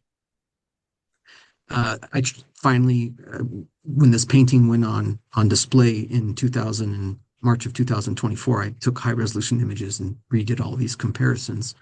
But then I started tracing everything I could see because I had so much greater detail and confidence in these high resolution images. It looks like the So if eyelid your folds. forensic analysis is accurate, this would show that this is not a portrait of Joseph Smith that was done in person. This had to be have done either after his death or it was based upon the daguerreotype, which is reversed. Yeah, my first thought was, well, could he have been so busy that he couldn't afford to sit for an artist? They said, well, let's take a picture of you and then I can use a picture. Or do you have a picture? Oh yeah, here's my photograph. And I also thought initially I realized that this was extremely strong evidence that the man in the locket is Joseph because the daguerreotype and painting rather appears to be based directly on the details in the locket. And and it was detail after detail after detail. The eyebrow contour didn't appear to be matching until I realized, oh, could it be that contour in the locket? And it turned out that if you scaled the daguerreotype up and rotate it, it matched beautifully. And I thought, well, that's weird. I better check the whole eyebrow. I hadn't done that in my initial research, and it turns out that everything except for this inner bushiness of this eyebrow appears to be based pretty clearly on the light and shadow indicating the eyebrow region in the daguerreotype. And even shadows, as I mentioned, look at this shadow at the corner of this eye. If you increase the contrast, you can kind of see it a little better and trace the shape, and you can compare it. It looks like the artist is, again, even though he's supposedly changed the angle of the lighting in the picture, because in the daguerreotype he's strongly lit from one side, in the painting the lighting is centered on the forehead and face. He hasn't changed the location of shadows at the corners of eyes and so forth. So he just didn't think in 3 dimensions to change these details, as he is making a few alterations. The opposite eye with its elongated medial canthus or inner corner of the eye and its slightly sagging upper eyelid appears to be based on a pretty good reading of those same details in the daguerreotype. And even the flesh and the folds of flesh around and the contours of the brow around the eye appear to be somewhat based on the daguerreotype, although there's little fiction here.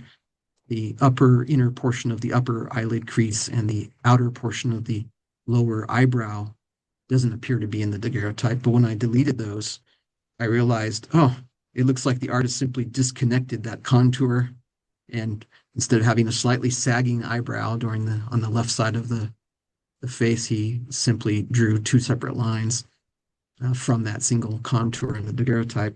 And when I checked that eyebrow, it looks like the majority of, or a good portion, I should say, rather, of that eyebrow, including this little dip in the outer portion of the upper eyebrow, appears to be based on the locket as well. The glabellar fold or frown line between the eyes, this is the only piece of art and a copy of this painting that was created in the late 19th century. Those are the only 2 depictions of Joseph that include this detail. It's a little easier to see if you increase the contrast in the painting, but it's clearly there. And that shape and its position relative to the eye on the right side of the screen and the right side of the painting appears to be a copy directly. I used to think the noses didn't match at all until I traced the shapes and realized that it's a pretty good interpretation, all except the nostrils are much, much smaller in the painting than the locket. But as I was looking at this image, I realized Similar shape. they look like the same shape. And it turns out if you shrink and rotate the daguerreotype 18% and rotate it 5 degrees, it's near perfect match to the shape. And I thought, well, that's extremely curious. When I compared the shape of the mouth, I saw that again the mouth in the painting doesn't match the width of the mouth in the daguerreotype. But very curiously, if you shrink the width and only the width of the daguerreotype by 18%, look at those correspondences to those asymmetries in the upper lip and even in the lower lip. And I saw that and thought, oh my goodness, this artist is copying shapes very carefully. The Very corners of the carefully. mouth, This is a great painting. yeah. Like all the details that he's capturing. Oh yeah. I mean, I haven't even put into the slideshow to show you all of them, all 76, because we'd be sitting here for another hour just talking about every little minute detail. But seeing that number 18% all the time, I realized I had only been checking individual features one at a time. And I thought the artist was just playing the things freely, a little bit, little artistic license for some reason or something, or maybe he just wasn't very accurate. But what I discovered is if you take the daguerreotype at best overall fit and then shrink it 18%, and rotate it those 5 degrees to match the nostrils, you get a really good match also at the philtrum, but a beautiful match at the corner of the mouth, this side of the upper lip, I should say, almost the entire lower lip again, other than the angle of the other side of the mouth. And if you increase the contrast, you can see even the chin lip fold or the mentolabial sulcus is apparently based directly on the locket. So he's preserving the spatial relationship of clusters of features relative to each other. Even though he's being playful with them, he has certain features, certain clusters of shapes are being preserved in their spatial relationships directly from the locket. Seeing all that evidence, Stephen, is what caused me immediately. I saw, I didn't see every little detail, but it was enough visually right away that I realized that this painting appears to have been created by an artist who was using as his main reference the Larsen daguerreotype, the unreversed Larsen daguerreotype, which led me immediately to conclude that this very likely is, in fact, a photograph of Joseph Smith. But because, again, the unreversed image doesn't match the death mask closely, but the reversed image does, that led me to believe that the face in the painting is backwards from reality. And that in turn, all this evidence indicates that the painting was created after Joseph was killed. Like, what if someone's sitting in front of you and you're painting them, you're not painting them backwards. No. I don't know Particularly of any if portrait you show artist who how does that. detailed it is to the daguerreotype. So it would be strange if he did it that detailed and accurate, Yeah. but reverse. So you're saying we And don't have documentary evidence um of this being done, but we have forensic analysis showing that this is likely what was done, that the yeah, painting was based off the exactly. daguerreotype. Yeah. And in fact, my initial research that I'll talk about in just a minute when I gave it to some or was provided to some experts for some expert peer review. I had only discovered 50 correspondences because I didn't have the high resolution images of the painting. But since that time, I've discovered there's even more. In fact, I if I really went and counted it very minutely and carefully, it's probably closer to 80 or 80, 82. But 76 is the number I'm telling everybody right now until I throw all the slides together and can realistically justify, calling something or other a correspondence, But anyway, I was just I'll take stunned. your word I on just it. yeah. It's pretty amazing. I was stunned to find this. I was like, wow, this really probably is Joseph. I knew it's not absolute proof because it's possible you could take the picture of someone who was very close, a brother, a relative, or even just someone who looked like him, and you could use it as reference. So that this doesn't prove it 100%, but it got me up in, really high up there, high degree of confidence that this really is Joseph. Now, imagine my surprise when in my subsequent research, I discovered that there are 8 lines of evidence completely independent, entirely independent of the existence of the daguerreotype that demonstrate or indicate that the painting is indeed backwards and was painted after Joseph was killed. I'm only going to show you, I have 5 of the 8 lined up here to show you. The first is the left-right asymmetry of Joseph's face. Here in this image, I've mirrored the left half and right half of Joseph's face. So on the left side of the screen is the right side of Joseph's face mirrored, the mirrored portion being in blue. And the right side of the screen is Joseph's left side of his face mirrored again there. So let me remove the blue so you can see how much wider Joseph's right side is than his left. You get a much narrower mask if you mirror his left half than if you mirror his right half. Right. Yeah. Well, the same thing is exactly true of the painting, Stephen, only it's backwards. What Oh, is wow. supposedly the right half of his face is narrow. And what is supposedly, if he was sitting for an artist, and what is supposedly the left half of his face, it's the wide side. So the asymmetry of his face is backwards in the painting, indicating that, in fact, it is backwards. It's his face backwards, which, of course, would be explained why you would know why it was backwards if you painted from an unreversed daguerreotype. Here's the unreversed daguerreotype mirrored. Look at the difference between the halves of the face. It's remarkable, not just in effect because of the shadowing, but just in the shape and width of the face. He's Yeah. got a much narrower side. But again, if you don't reverse the daguerreotype, the asymmetry is backwards from the actual death mask. Now, this one I didn't discover it until more recently. If you take a close-up of the painting and trace the contours of the nose and the nasolabial folds and compare that to the death mask, the nasolabial folds are in different places. Here, I've increased the contrast so you can try to see them. So those red dashed lines show where the nasolabial folds in the mask are indicated. So it's very curious that when you take the painting and you reverse the painting and draw those same exact lines, but in reverse, this is how they line up to the mask. Beautifully. Both the Right. nostrils, the asymmetries in his nose and in his nasolabial folds. Joseph again has that smaller, tighter left cheek. His whole left of his side of his face is smaller. It corresponds beautifully to the death mask anatomy. So that again supports that the painting or the portrait of Joseph Smith is a mirror Backwards. image of Joseph, because Yeah, if and you again, then flip it, if it's the David Rogers painted live in September of 1842, why in the world is it backwards? right. Right. Now, here's another curious thing. Daguerreotypes don't capture color the way that you would expect black and white photography to capture color because they're not black and white photography. It's a chemical process that is very different from anything that we see in photographs today. Look at this daguerreotype of this color wheel. Notice how reds, oranges, yellows, and greens all go almost black, very dark. Okay. And look how the blues are almost, come out like a light gray or pale gray, depends on the shade of blue or purple, very transparent to a daguerreotype. And this has to do with the physics of the way that wavelengths of light interact with the silver iodide surface or the silver bromide surface on the daguerreotype plate. Look at this light, paler yellow plate, even pale, lighter hues of these colors turn out dark. But look at the dark blue glass over the eye as opposed to the daguerreotype of it. It just darkens it a little bit. So knowing that, we can look at the hair color in the painting and actual locks rather of Joseph's hair, and you can say, well, why is the hair so dark in the painting? It doesn't match the kind of a golden brown to even a darker blonde under different lighting. I have only two photographs of the hair that I took back in 2008 or 2000. I think it was 2008, could have been 2009.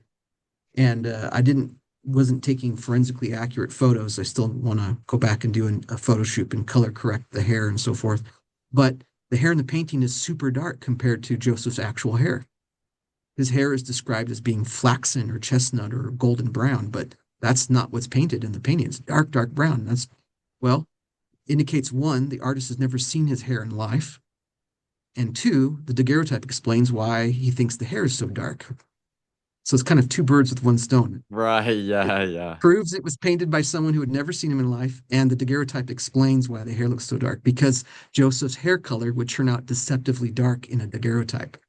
All of those reds or oranges, all those warmer tones in the hair turn almost black. Even lighter tones, even if his hair was light yellow, that yellow would turn very dark in the daguerreotype. So it's deceptively dark in the daguerreotype. Okay. So all this is The sort of next converging photo, and fitting to show yeah, that the portrait yeah, is based upon the and daguerreotype. by someone who had never seen Joseph's hair in life, indicating it was painted after he was killed. This one might seem strange to people, but there are 14 anatomical differences, obvious differences between the daguerreotype and the painting. And that contributes largely to the reason why when we see these two faces, we don't immediately go, oh, yeah, that's a photograph of the guy who sat for that painting.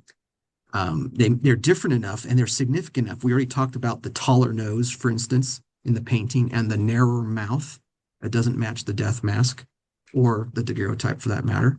But there's other things like the size of the eyes and the shape of the ears. The width of the face is even wider.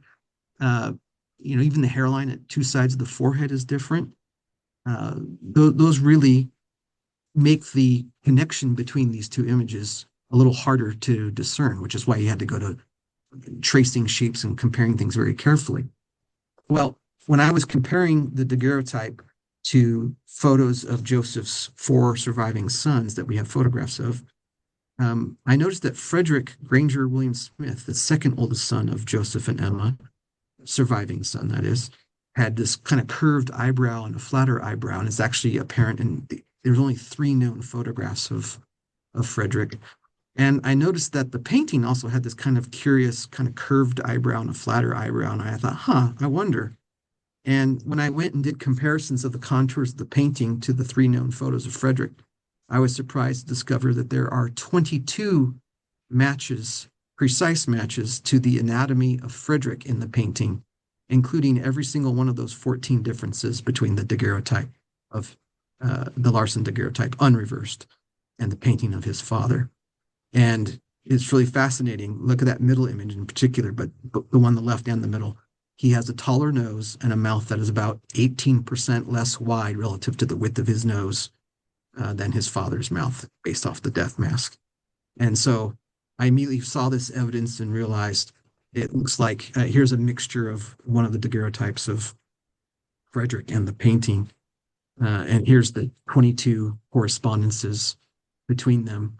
I realized it looks like the artist was using Frederick as a live model, a live sitting model in place of his deceased father, and then kind of sketches the outline of Frederick's hairline, his eye size, his nose height, his mouth width, even the shape of his ears and the width of his face, and then takes the locket and paints the 76 details in to the locket.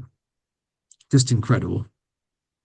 And then another piece of evidence that I discovered, there's a companion portrait to the one of Joseph. This one's of Emma. And they hung like this, oriented like this in the mansion house, or the Riverside Mansion, rather, in Nauvoo. And it turns out that Emma's portrait appears not to have been created from life in 1842. Because if you take the earliest known photograph of Emma, now, the photograph is a daguerreotype, but this is a carte de visite copy because the daguerreotype now has been exposed too much and is very dark, so it's easier to see the detail in photographic replicas of the daguerreotype itself. And it probably was that process. They may have taken the glass off the daguerreotype to photograph it, and so it's exposed it to sulfur, and it's darkened the silver, tarnished the silver on the plate. But if you take the CDV of Emma and flip it, and then run a comparison between them, it turns out that it looks like the artist was using the photograph of Emma to create this portrait of Emma as well. And we know approximately when the photograph was taken. It's more than a year after Joseph's killed, because in the photograph, as we saw, little David Hyrum is sleeping in her lap, and he appears to be less than a year old in here. But this is believed to be probably circa September 1845 when this photograph was made. So it really looks like these two paintings, the one of Joseph and the one of Emma, were created by an artist who was provided two different daguerreotypes, the one of Emma and one of the Larsen daguerreotype, and asked to paint portraits of these two people. I was simply stunned to find all this evidence, Stephen. Just incredible. Hold on, can you go back a wee slide? So with the Emma photograph or daguerreotype, the one before. So is that the daguerreotype that's not reversed, or is it reversed? The one that I'm looking at? Reversed. That one's reversed. This is reversed. Yeah.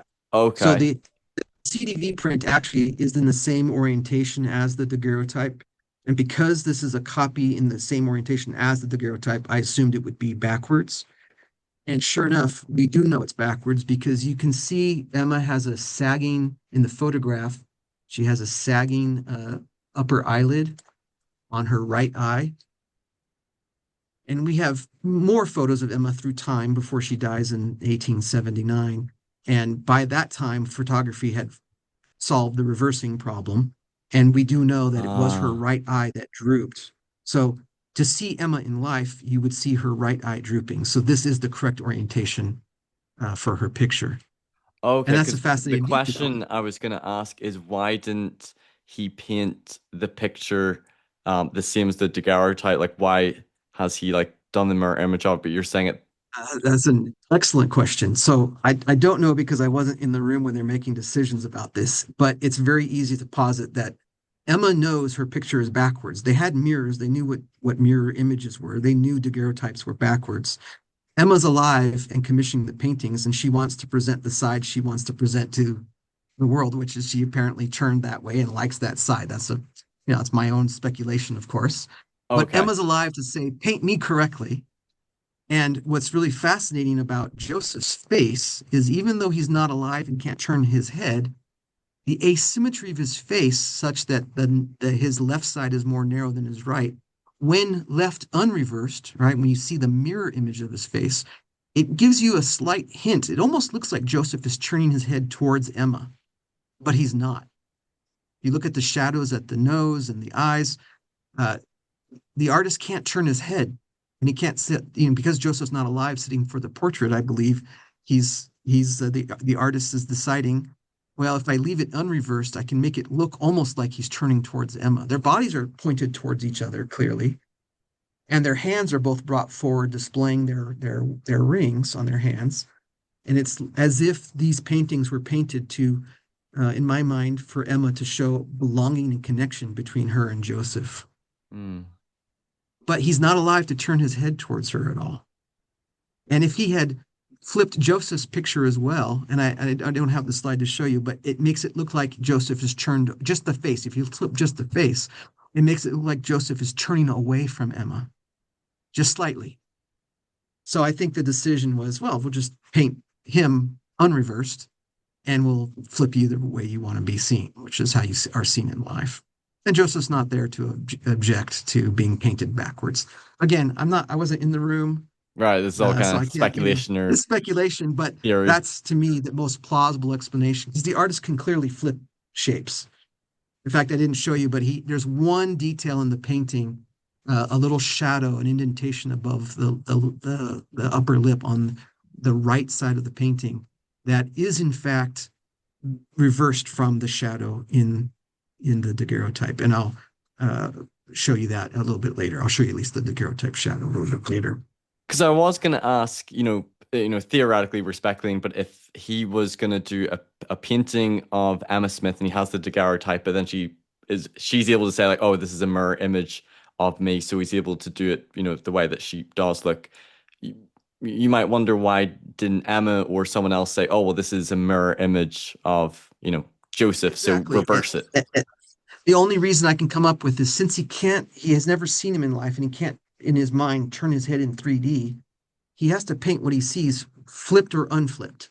And he leaves it unflipped because if he were to flip it, then Joseph looks like he's slightly turned away from Emma. Hmm. That's pure speculation on my point, but clearly the bodies have been positioned to be facing each other. The hands are mirroring each other. Yeah. If Joseph was alive, she would want him to be turned towards her. They're kind of pointing towards each other. But because in the photograph he's looking almost directly straight at you, and he has that facial asymmetry, it gives a slight hint of turning towards Emma when it's left unreversed. But if you reverse it, he looks like he's slightly turning away from Emma. And these were both painted by the same person, like as far as we know, at Undoubtedly, the the same time. colors, yeah, the colors and the style. I'm not a forensic art historian, but I hope they do a very detailed analysis of these paintings. You can see the backgrounds and the color palettes Yeah. techniques are all very, very similar. So yeah, I don't have any serious doubt. It could have been painted separately at different times, but uh, the evidence points to painted from daguerreotypes after Joseph is killed, and one of the paintings is backwards from is unreversed, a mirror image of the face, and Emma's is not. So that's to my mind is the most likely scenario to explain all of this evidence that I've discovered. Now, speaking of all the evidence, what I've shown you and a whole lot more, I put into a write-up, and that was submitted to different forensic experts, facial identification experts, Because or that was going to be forensic one of the questions I wanted to anthropologists. ask you. Because me, I'm just Yeah. regular Joe. I'm just like, okay, this seems pretty convincing to me. I'm convinced, Curtis. But Well, then the question is, well, what are forensic experts? What do they have to say about your work? What's their opinion on if this is an authentic photo yeah. of Joseph Smith? So I am also an amateur and was very curious to know what expert would say. I knew that what I was trying to do was follow proven methodologies or approved methodologies that are used by forensic experts, forensic anthropologists. And I was trying to be very careful, accounting for rotation differences, camera lens, perspective distortions, all kinds of things. I didn't go into all that, but I can, I, I've tested, and I'll show you this in just a minute, with the 3D model, I can test now the mask at any angle, at any distance of camera, any camera lens. And I'll go over that in just a So has minute. this But been like your I, main like project that you've been working on the side, basically since you yeah, were made aware of the Joseph any Smith spare photo? moment. I mean, I have a family and kids and a job, and I have to do all that too. But almost all my spare time in the last 3 years, not quite, but for the first 18, I would say 18 months, first 8 months, it was very heavily, almost every spare moment you know, was doing this. But Wow. since then, since I did my initial write up, it really tapered off. I've just been too busy with other things, but I've done enough where I'll show you what's coming. It's pretty amazing stuff. And you've Um, probably done more work on this than anyone else on this photo of uh, Joseph Smith. Forensic analysis. Maybe I haven't seen anyone else's analysis that's gone so in depth. There's another team who's working for the owner of the locket, Dan Larsen, and I have not yet seen all their evidence. I'd love to see all that. I share my stuff with Dan, but it's been kind of uh, it's not like a quid pro quo or anything. It's like I've been so excited to show him the strength of the evidence that he does in fact have a photograph of Joseph. That's why he was willing to license me the high resolution images so I could continue my research at the highest level of detail and rigor possible. So there's a series of articles that have begun to come out in Meridian magazine that is being written by people from his team, and Joseph Brickey and Don Bradley, both of whom I've met or have known because of this research. I actually knew Don from before, but um, I'm very fascinated to see the evidence they've come up with. I've shared especially with both of them. And I know they have others on their team, so I just don't have insight into the inner workings of their team or exactly everything they've done. But I'm eagerly awaiting the publication of their findings as well. Okay. Well, that right, I told you I was reviewed by four different forensic anthropologists, three of whom wrote three reviews were written, one review being written by two experts. The first review, first written review, well, I should say the first, it was actually technically the second, but one of the written reviews was negative, very, very negative. And Steve, as negative as I mean, extremely negative.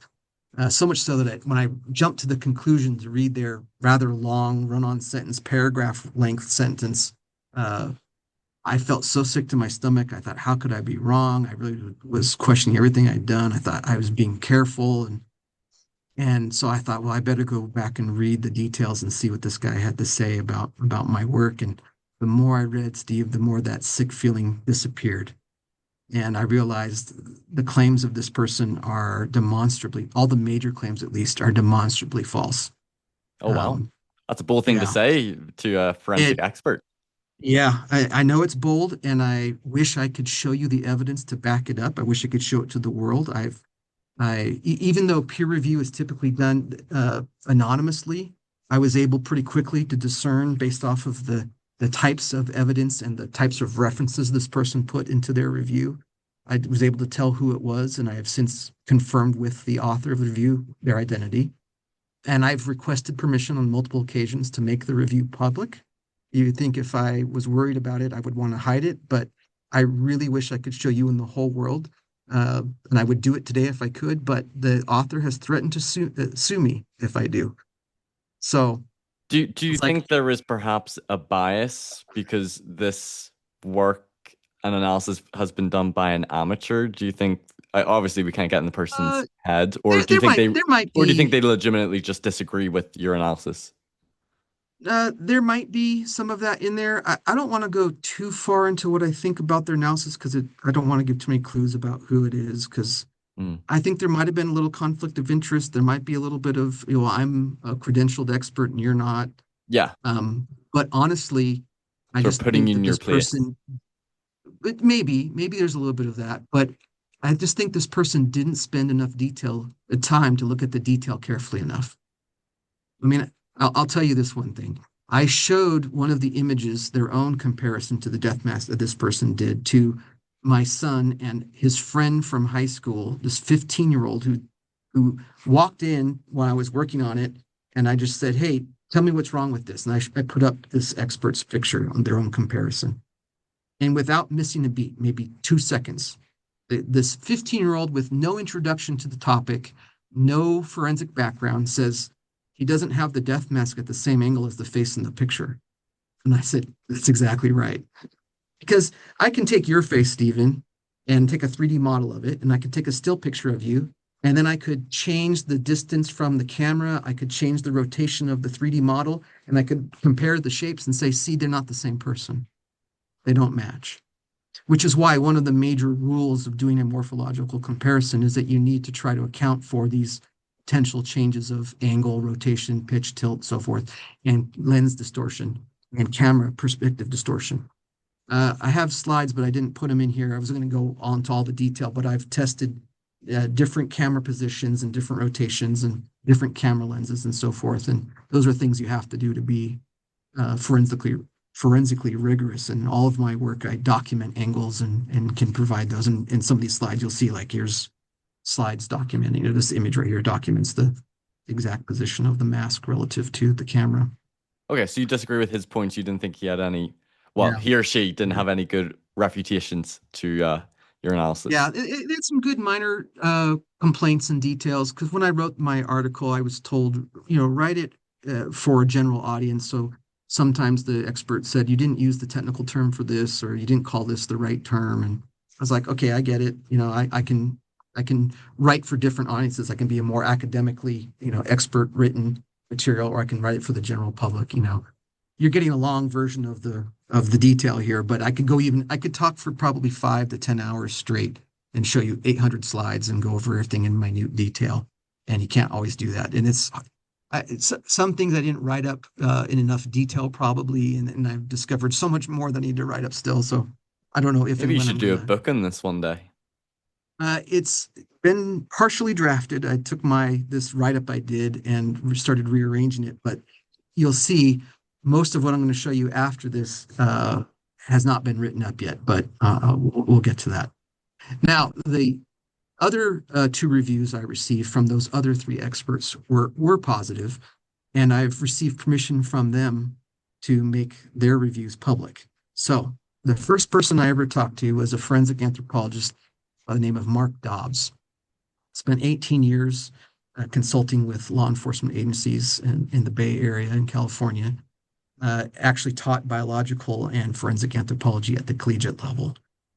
When I first met him, we talked on the phone for half an hour. He said, I'm probably not the best expert on this, but I said, do you know enough to tell me if I'm barking up the wrong tree? Oh yeah, certainly. He says, I've done forensic facial reconstruction trainings and so forth. He did one under one of the world's leading, America's first um, accredited or board certified forensic anthropologist, Judy Suchi, who's now passed away, I believe. But he's like, yeah, I've done this for 18 years. I could definitely tell you if you're off your rocker or if you're how careful you are. So I spent 2 hours and I shared with him every single image and every single piece of evidence I'd found from 2008 through when we met in probably, I think it was 2022. I think that's when we talked. It might have been 2023.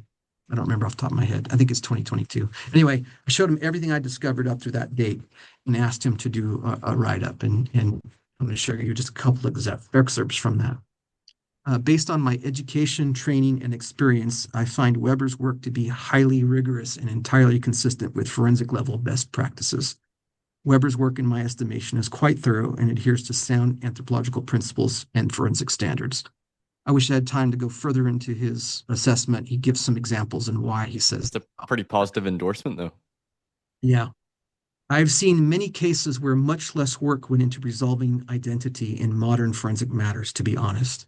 The way he said it to me on the phone on our video call was, I've seen court cases where identity was proven with much less evidence than what you've had already. And I was floored because I had never spoken to an expert before. I was floored that he would tell me. He even said to me, he says, there isn't anything that you've done that we would do that you haven't already done. And there isn't anything we would do that you have better than what you've done. So he was essentially saying, yeah, you're following good sound principles and you're doing it very, very rigorously, very carefully. Right. It's Here, been very thorough that's right. analysis, and yeah, you're following the right sort of procedures or methodology, I suppose. And I knew I was because I was reading, and I have some slides about this, but I didn't prepare for now. But I was looking at the facial identification scientific working group guidelines. And they have a website, people can go out there and look at it, and you can look at the different types of analyses that they recommend and the pitfalls and things to avoid and the rigor that you're supposed to try to apply to this process. And I knew I was trying to be as careful as possible because I didn't have a conclusion I was trying to prove. I was consistently being stunned by the evidence that I was finding, but I wanted the evidence to be rigorous and to stand up under any level of scrutiny. And which is why when I started having experts, analyze my work, it was very gratifying to hear that well, all but one of them so far has found that what I've done is very careful and very rigorous. I love that word rigorous, by the way. It's something that's become one of my favorite words in the last 3 years. The second review I received, or I should say technically it's the third, but the second positive review I received was co-written by Caroline Wilkinson, director of Face Lab in Liverpool, John Moores University. I don't know how far you are from Well, that's my neck of the them, but woods. That's you ought to about go have a little I'd say visit with them. 30, 40 minutes. I'll have to go and Yeah. just verify that this is correct. Well, Stephen, I was tempted to convince my wife that I needed to be interviewed in person with you and to go over to England and have a good excuse to also go meet Caroline in person for the first time. Hey, Uh, we could have taped all three of us together. That would have been even yeah, better. that's right. That would have been amazing.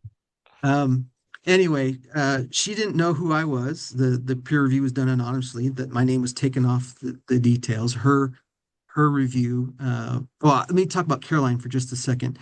I actually have known her name since late 2008, early 2009, because I used her forensic facial reconstruction textbook as part of the research I did on craniofacial reconstruction, so I could learn how to fit the death mask onto a skull in an anatomically correct position. And so I've known her name and her reputation and had long wanted Caroline to review my research. So imagine how thrilled I was to see that, in fact, she did get a chance to review it. If you go on YouTube or Google her name, you'll find that she or her institution she's worked for over the years have been involved in all kinds of amazing cases. The Robert the Bruce reconstruction, and when Richard III was found in that car park. They're the team that did some reconstructions to produce a lifelike mannequin of Richard III. So again, world-renowned forensic She's anthropologist, pretty legit and then. yeah, totally legit. They do criminal cases and all kinds of stuff. Just an amazing amount of work that Caroline and the institution, again, Face Lab that she works for now and actually leads. She's the director of Face Lab. Just amazing work that they do. Dr. Sarah Shrimpton is someone whose name I didn't know until I read the review. But she has a PhD in face recognition, and she's a postdoctoral research assistant at John Moores University. Let me give you just a couple of excerpts from them. The author also carries out, they didn't know it was me, but the author carries out a morphological comparison, that's a fancy word for a shape comparison again, between the Larsen daguerreotype and the death masks. The author describes consistent features at the chin, mouth, nose, temple/brow, hairline, eyebrows, and eyes, with matching asymmetry noted at the chin, nasal root, nasal labial creases, philtrum, and supraorbital region. Supraorbital region. That's fancy talk for basically the number of high degree of correspondences from forehead down to chin. Okay. This morphological comparison appears rigorous, and we would agree with the majority of this assessment. Let me just make a note about the word majority there. There was one detail that I apparently didn't write up clearly enough, and they thought I was claiming something that they disagreed with, and I actually wasn't claiming the thing they disagreed with, and I agree with their disagreement of the thing I wasn't claiming, if that makes sense. So I Okay. agree with their disagreement on this one little detail. Anyway, we agree that there are multiple correspondences between the daguerreotype and the death masks and Maudsley drawings. Therefore, we agree that the daguerreotype is likely an authentic image of Joseph Smith in life. Again, I was That must over the feel really moon. validating, Oh, particularly in light of all and of the work you've done. Like, imagine if all of them came back being like, "Yeah, this isn't him. well, This is bad methodology." You'd be if like, they had "Oh, all all said the this same time." thing, that this kid's out to lunch or it's inconclusive, I would have really felt like, man, maybe I did something wrong. I would have wanted to talk to all of them in detail to figure out what I did wrong. I don't want to just be right. As long my goal isn't to be right for the sake of being right. I want to know the truth by pursuing rigorous evidence, right? I Mhm. wanted to be as forensically careful as possible in this work. Because if there is a picture of Joseph Smith, great. I'd love to see it and know it, and I'd rejoice to see it. And if there isn't, then sorry, this is literally true. Not 30 days before the daguerreotype was announced. In fact, it was on June 26th, 2022, one day before the 100 and whatever it was, 78th anniversary of the martyrdom. I was asked to give a fireside about Joseph. And because of my skulls and mask research and looking into purported photos, I would always use that as a beginning point, as an interest when I talk to people. I've only given two firesides in my life, and one of them was on that date, not 30 days before the Larsen daguerreotype was announced. I got up and told people, hey, there's lots of proposed images of Joseph Smith, but I hate to tell you, none of They're all them are fake. him. None of them have been proven. And I wish I could tell you otherwise, but he probably wasn't photographed. So there it is. Get used to not seeing his face until the next life, right? Well, you need to go back to that ward or stake or wherever it Yeah, was and yeah, set I the do. record straight. Be like, I was wrong. Let me show you all Yeah, the evidence yeah. I found of this photo of Joseph Smith. Okay, now speaking of wrong, now this is again what the experts said based off the evidence I had discovered roughly by say mid-April, maybe beginning to mid-April of 2023 when I submitted the last draft of my article. So these And so reviews came in 2023. 2023, I received the Uh, first one I think was in late 2022 or early 2023. And then the two peer reviews of that article that I received from the negative one and then the one by these two experts I received in late June of 2023. Okay. And then I've had a really busy life since then. So I'll now going to show you the evidence has caused me to change my assessment of the daguerreotype, and which I believe, if I had a chance to sit down and show the experts all this evidence, that vast majority, if I sit down with 100 different forensic anthropologists, I'm pretty certain that like 98 to 99 of them are going to agree with this evidence. Now, before I get to that, let me just talk about some of the objections to the image that I've addressed both in my two-dimensional work and now in my three-dimensional work, meaning using the 3D models of the death masks. Yes, because I This wanted to is bring just up a the William Smith because that was one I heard quite a bit online. People say, "Oh, it looks more like William Smith," so it's good that you're addressing that. well, I've seen Or the Samuel. It was either claim. William or Samuel. I've seen Samuel before mentioned once. Most people say it's Hyrum, and as I showed you earlier, two-dimensionally, you can show that it doesn't match Hyrum's death mask. I don't have the slide ready to show you, but William actually has a slanted eye. His eyelid, I should say, his eyelid opening is not his eye, but his eyelid opening on his one of his eyes is very, very angled, and that's we only have a few photos of William when he was much older, but his sister, I just lost her name, Catherine, also has that slanted eye. So it appears that is probably a genetic issue that William inherited and that his sister Catherine, but that slanted eye is not in the daguerreotype. So it's definitely not William. I can't prove it's not Samuel because we have no death mask of Samuel, no life artwork done of Samuel in life. But the evidence I'm going to show you, I think, pretty much precludes that it could be Samuel, and I'll explain that when we get to it. I'm not going to address all of these here. There'd be too much time to go into all of them. We talked a little bit about the nose. We talked about the eyes a little tiny bit. I'm going to go into more detail about that, the flesh between the eyes. The rest I don't think we're going to get into because we've spent another couple of hours just talking about but there's not a single claim either for or against the daguerreotype that I haven't tried to carefully consider and consider fairly because again, I'm not interested in proving one answer or the other. I wasn't interested in a preconceived answer.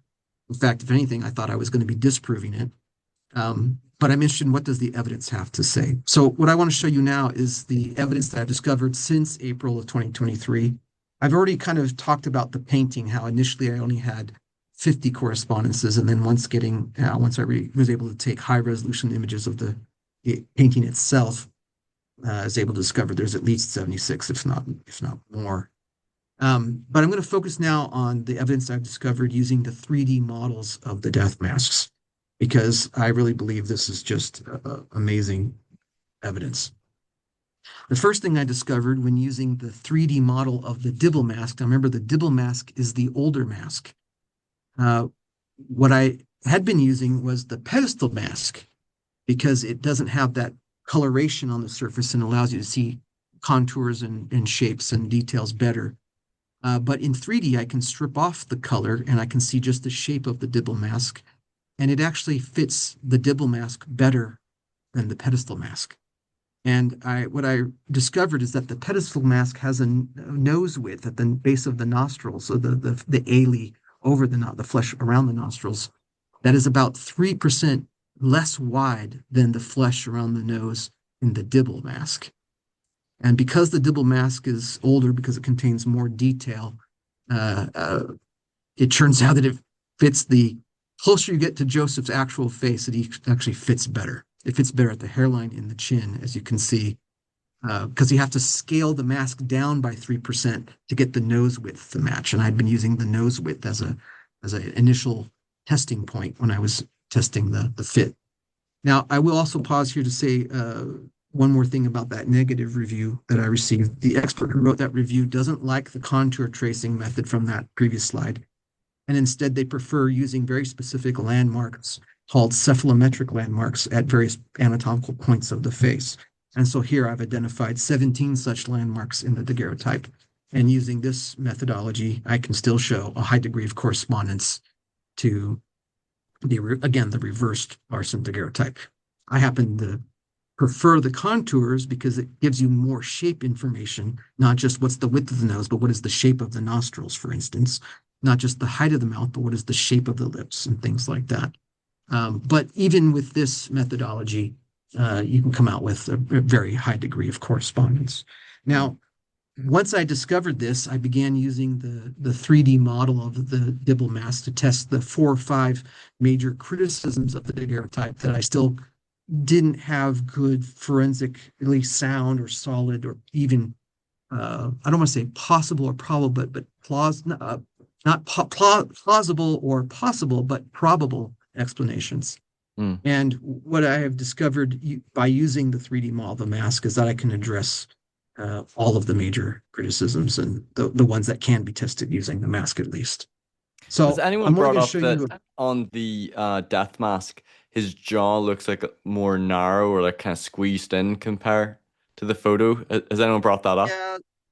Yeah, lots of people have said things like that. That one's pretty easy, straightforward. The death mask is a sliver of the chin, and the mandible in Joseph's face is his actual mandible, his jawbone is going to go back further. And we actually have photographs, two different angles of his jawbone. I didn't put those in this presentation, but I can show a pretty high degree of correspondence to the angle and the width of the back of the jaw. So Okay. you got this shape. Like if you were to cut my chin, you're going to get a small chin again.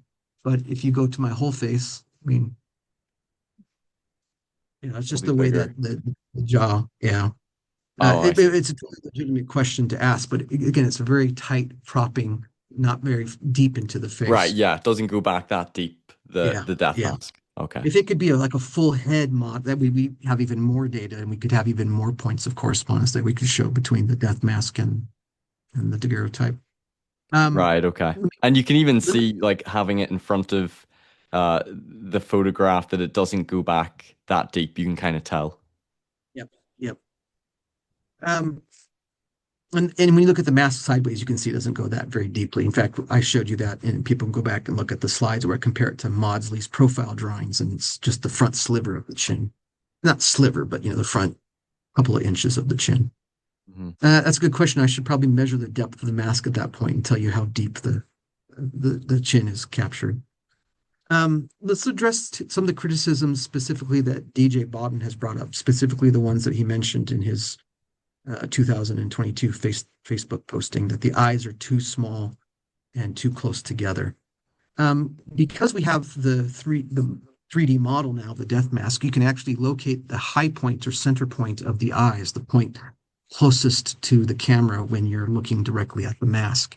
And that is the very exact precision high point. If you were to go to the very center of those red dots, I had to make them visible on the PowerPoint, but I have very tiny, tiny little dots pinpointing the exact high point of each eye.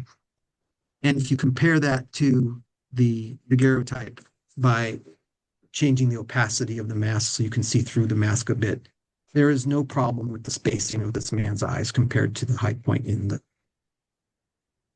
They're slightly shifted downward and maybe to his right in the mask. I may not have the exact angle, but more likely than not, it's slight changes to the anatomy and death, the sinking in of tissues and the swelling of cheeks and things like that may be affecting because the muscles are not going to be tense and they're not going to be holding the eye in position. That's why, in fact, in death, there can be rather significant changes to the areas around eyes. But the distance between the eyes, there's absolutely no problem with that. Let's talk about the size of your eye. It doesn't matter. This is from Wikipedia. It doesn't matter your ethnicity or your sex. They say it's not quite age. It's not entirely true. Younger children, especially much younger infants and young children, their eyes have not fully. Proportionally they're larger to their face than when they are an adult. But the eyeball itself will grow a little bit from infancy through early childhood. I don't know the exact age at which it cuts off, but adult human eyes are almost all exactly the same size, within a millimeter or two of each other. And these numbers that you see here on Wikipedia actually come from a study that anyone in the world can access from the National Institutes of Health, National Library of Medicine, in which 500 eyeballs of healthy adults, healthy eyeballs, were measured using modern imaging technology. And what they found is that the average eyeball size compared to, and here I've put correctly sized eyeball models into the death mask centered on the high point of the eyes in the mask. That's the size of Joseph's eyeballs, approximately. It might be a millimeter or two larger or slightly smaller, but it's not going to be very different from what you see here. But this introduces a problem for the mask. Can you see what the problem is, Steve?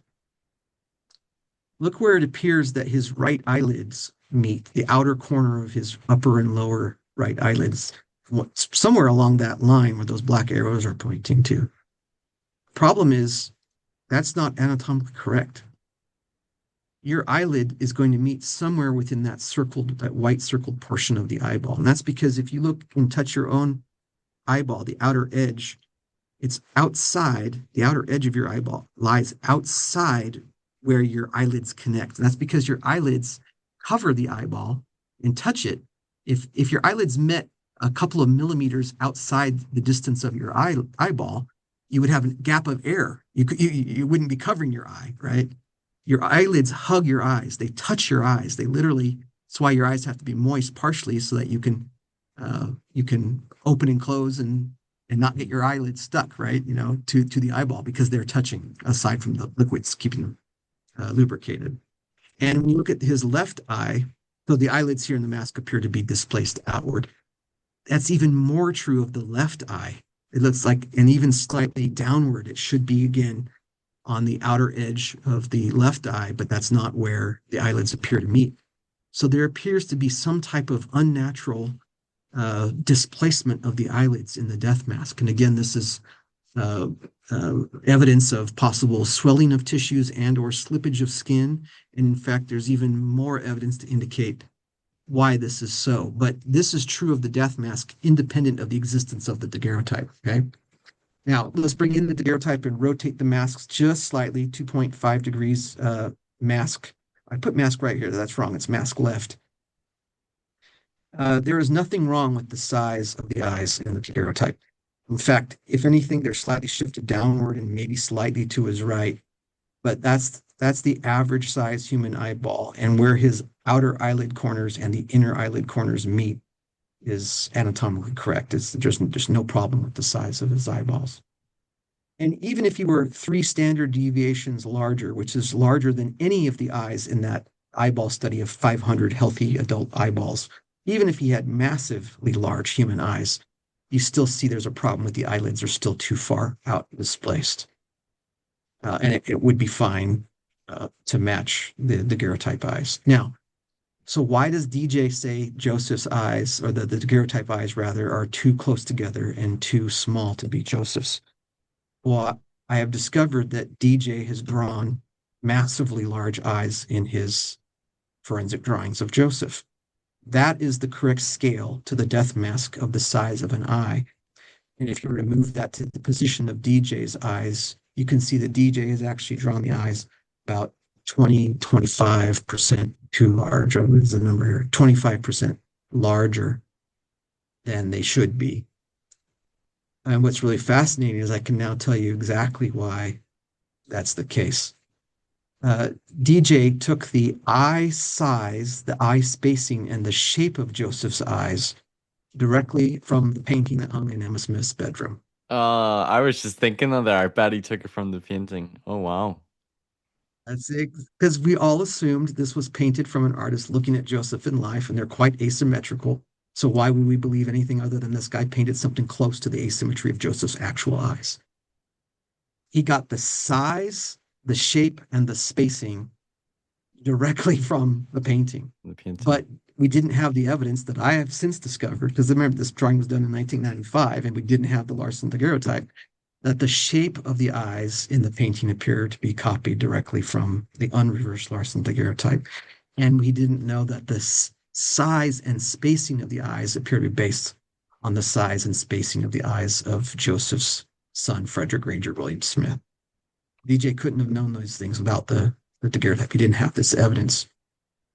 So watch this, Steve. It's really fascinating. You can take DJ's drawing and you simply flip the shape of the eyes, not the rest of the drawing, just the eyes, and then remove the mask so you can compare it to the daguerreotype, and then simply shrink it.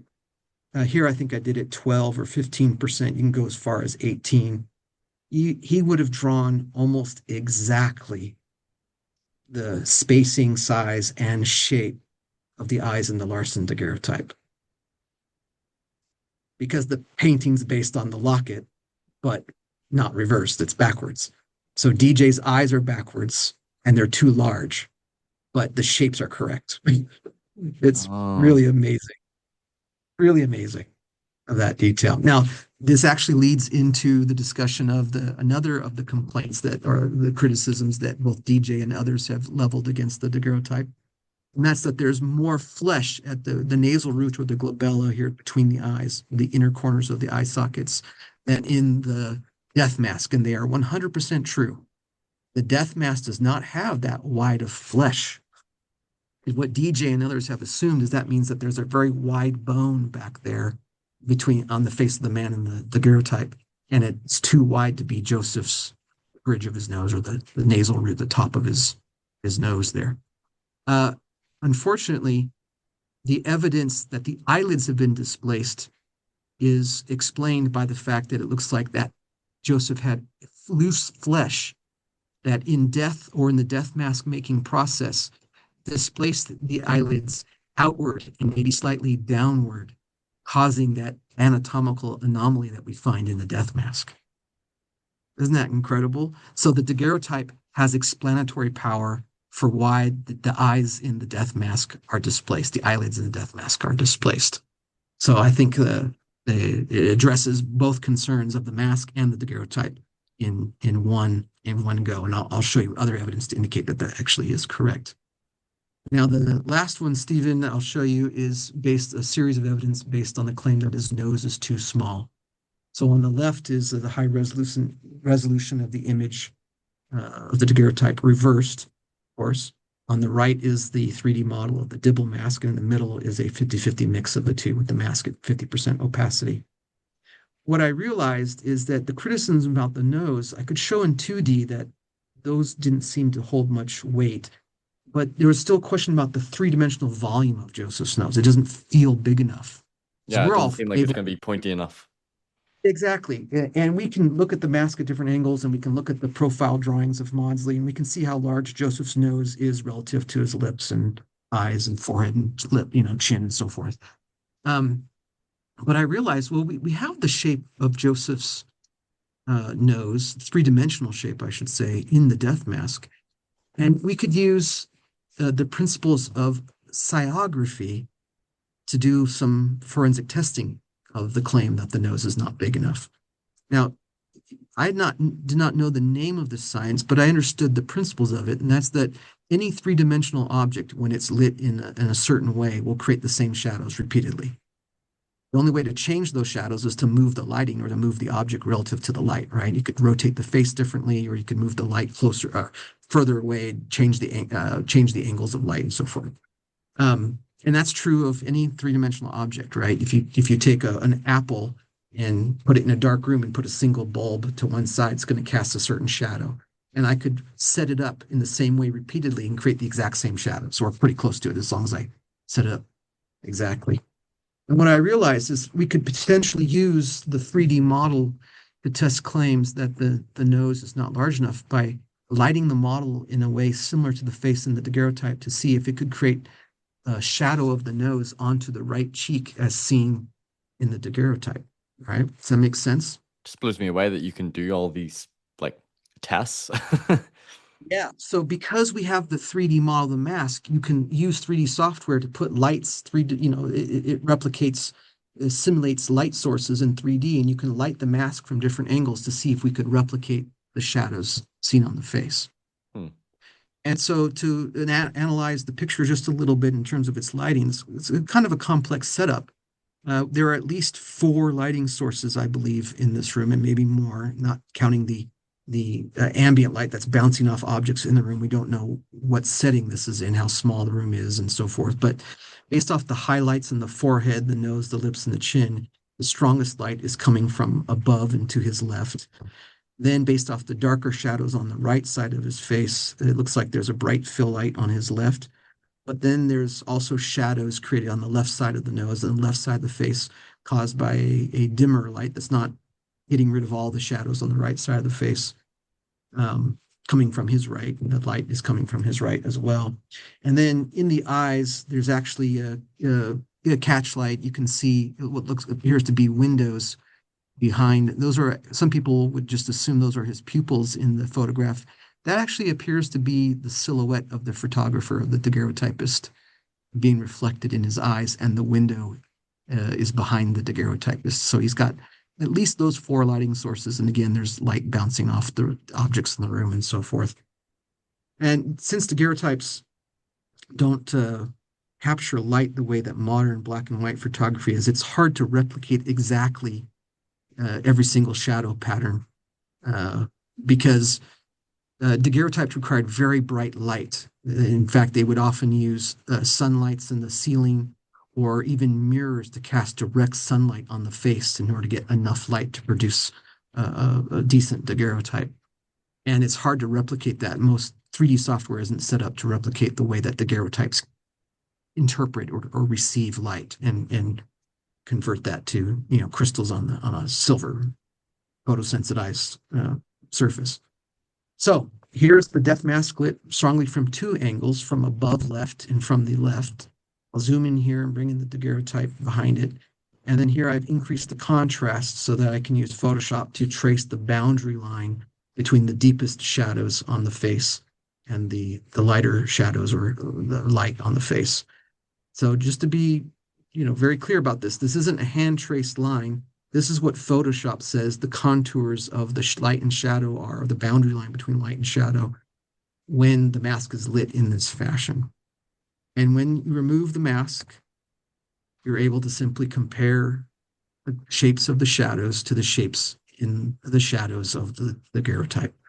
And not only does it match at the shadow of the nose on the right cheek, but very close match along the right crest of the nose, at his eyebrow ridge, at the deepest part of the eye socket, how the shadow dips rather under the tip of the nose and then steps down over his upper right lip, even where his lower right lip falls into shadow and where his lower right eyelid and his eyeball fall into shadow. I was stunned. I should have thought I would find this, but I just thought if it's him, I should be able to match the shadow on the cheek. And what I found instead was it matches up and down the face. Now, there's different ways you can increase the contrast, for instance, and you can see some of those shadows a little bit more clearly, some of those correspondences. And I was, again, three-dimensional correspondence. I was stunned to find three-dimensional correspondences from brow to nose to lip to chin. By contrast, here's that same methodology applied with Hyrum's death mask. So we already showed that it doesn't match Hyrum in 2 dimensions. There's really no reason to believe it would match in 3, but you can actually test it and show that even though you can get some close approximations to shadows at various locations, there are numerous spots where it doesn't line up, including the most obvious one to me is there's no dipping under the tip of the nose, and it doesn't step down, and even his lower lip doesn't fall into shadow in the same spot. And you can compare them side by side with Joseph's mask contours and Hyrum's, and I'll circle just the differences here, starting at the brow, and then the shadow of the cheek of the nose rather on the right cheek, and even the crest of the nose. There's that tip of the nose in shadow in Joseph's mask, but not in Hyrum's. Stepping down over the upper right lip in Joseph's mask, and the lack of that in Hyrum's, and then even where the lip falls into shadow. So I could change the lighting on hundreds of different minute changes to angles, and I could spend the rest of my life showing how Hyrum's 3-dimensional shape doesn't correspond to the face in the daguerreotype, but that Joseph's does. It's just incredible. Let's see. Let me just, I moved the light around to different locations to test different shadows. Here I'm going to actually show you one of my favorite details, which is I moved the light not to a position where he appears to be lit in the daguerreotype, but I was trying to, by moving the light around the different positions, you can accentuate or see different details about different contours in the 3-dimensional shape of the mask. And here I placed the light almost directly centered on the mask and just a little bit forward of the mask. I was trying to cast shadows on the brows to see the shape of the orbital bones, to see if there were any correspondences. And there are, which I'll show in a second, but I actually discovered something quite by accident by doing that. And that is that there's an asymmetry between Joseph's left eye, his right eye, and his left eye. That asymmetry is revealed by this kind of consistent arc of a shadow over his upper right eyelid, and then a slightly different shape over his left eyelid, with this tighter curve on the inside corner of his upper eyelid. And what that told me to go look at is to go look at the mask more carefully. And what I discovered is that if you take the model of the mask, and you can even do this with copies if you own a copy or have seen one, it's visually apparent, but you can actually minutely look at this detail carefully. If you slice the mask at eye level and then look at it from above, you'll be able to see, I'm going to zoom in really tight on this. Here I've centered the mask as evenly as I can, splitting the mask in half as closely as I can based off the forehead, nose, lips, and chin. And then, of course, slicing the mask. And I'm going to zoom in even tighter. The depth of Joseph's right eye socket is less, I say it's not as deep as his left eye socket. Does that make sense? His left eye socket, the asymmetries in his left and right side of his face extend to the depth of his left eye socket on this inner side corner of the left eye socket. Here you can measure it at this slice. You can slice it every, I don't know, half millimeter, a quarter millimeter, and measure distance in every single one of them. But and another way to see that difference is to take the contour of the right side and to mirror it and see how different it is to the left. That difference in contour, both in the width and the depth of his left eye socket, is what we're seeing in that difference in the shape of the shadow. And Stephen, when I saw that and then simply removed the daguerreotype, or the death mask rather, I discovered if you take those contours of the closed eyelids, that shadow contour, again, being created by the shape of Joseph's closed eyes, his eyelids over his eyes, that same exact asymmetry is present in the daguerreotype. in the daguerreotype. Because the underlying shape, the shape of the left eye socket of this man is differently shaped compared to his right, and in the exact same three-dimensional shape. I was absolutely stunned to see that. And of course, it's Let me. not This is just so in depth. This analysis. That's oh, kind of it's quite mind I blowing. was blown away how much evidence I could find using the 3D model. It's just amazing how much technology has progressed in the last 10 years, and we can use these things. But it's not just the eyelid contours. Increase the contrast. Look at the shapes of the brows. I realize there are correspondences all over around the brows and the eyes themselves, and down the face, the nose, the nasolabial folds, the lips and indentations above each lip, and even asymmetries in his chin. Here, I think it's what, 26 details, 26 correspondences, three-dimensional correspondences, all revealed by a single light placed above the mask. I was just stunned to find this level of evidence. And And then you've I not shared realized, these well, correspondences with forensic experts yet. This has all been no, this is all since stuff the I reviews. haven't even up. I've only created the slides and haven't had time to do a formal write-up or to contact more experts or try to get more peer review done.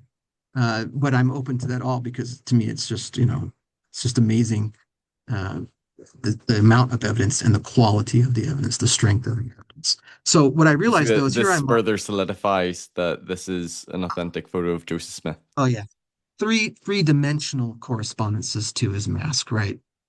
Just incredible. Um, what I realized though is I was lighting it one light or two lights at a time, changing the angles, testing different shadows. And so I thought, well, what happens if I try to light it from three angles at once, above left, from his left, and from his right, a little dimmer light coming from the right. And then this time, instead of tracing just one contour line of the deepest shadow, what I would do is I would pick a single pixel in the shadow of the nose. This was picked at random. It's that pixel right there. I drew this little crosshair thing around it so I could repeatedly click that shadow, that pixel in Photoshop. And I use a setting called tolerance to create different contour lines of the different depths of shadow along the face. So I'm going to explain this real fast. I'm setting the tolerance all the way from 4 all the way up to 100.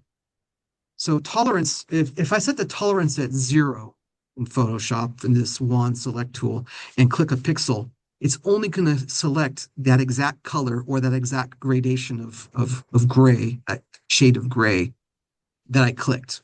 With the tolerance set to 4, it's going to go plus or minus 4 levels of gradation or color on either side of that pixel that I select. And so by starting really low and then going high, I'm selecting the darkest shadows first, then the next darkest shadows, then the next until I get to highlights, the bright highlights in the death mask. So to be clear, these colored lines are contours on the surface of the 3D model revealed when I light the mask at these angles. So if I were to move the lights into different angles, the more I move them, the more those lines are going to change, but all those contours are still going to be three-dimensional. Those lines are three-dimensional contours of the mask viewed in 2D. Okay, does that make sense? I think so, And yeah. what I've done here is I've lit the mask again, trying to replicate the angles of light, seeing if I could replicate the angles of light to create shadows on the face that were similar to the shadows seen in the daguerreotype. And the single image of the mask produces contour correspondences from forehead down to chin. Every feature of the face is beautifully framed by the contour lines of the death mask. Here I'm increasing the contrast and made it black and white and simplified the shadows just a little bit. I'll zoom in to show you some of these correspondences in detail. This rather kind of ovalish shape in the contours of his chin, an amazing degree of correspondences. I can actually uh, hide or show different contour lines, and I can make them solid or dotted or dashed. Here they're dashed lines, so you can see how they correspond to specific shapes. Just a huge number of correspondences. Again, at the lips, I don't have time to go over every little detail. There's tons of correspondences to the contours in the light and shadow on the lips.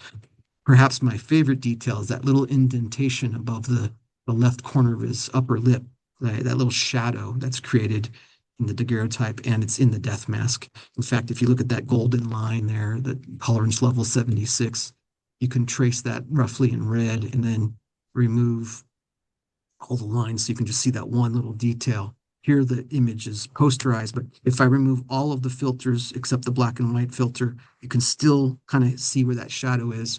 And then if you increase the contrast, you can clearly see that that's where the shadow ends. It's just a rather specific shape at the corner of one side of Joseph's mouth. And then Joseph's philtrum, and here I'll remove all but three of the lines, the contour lines from the mask.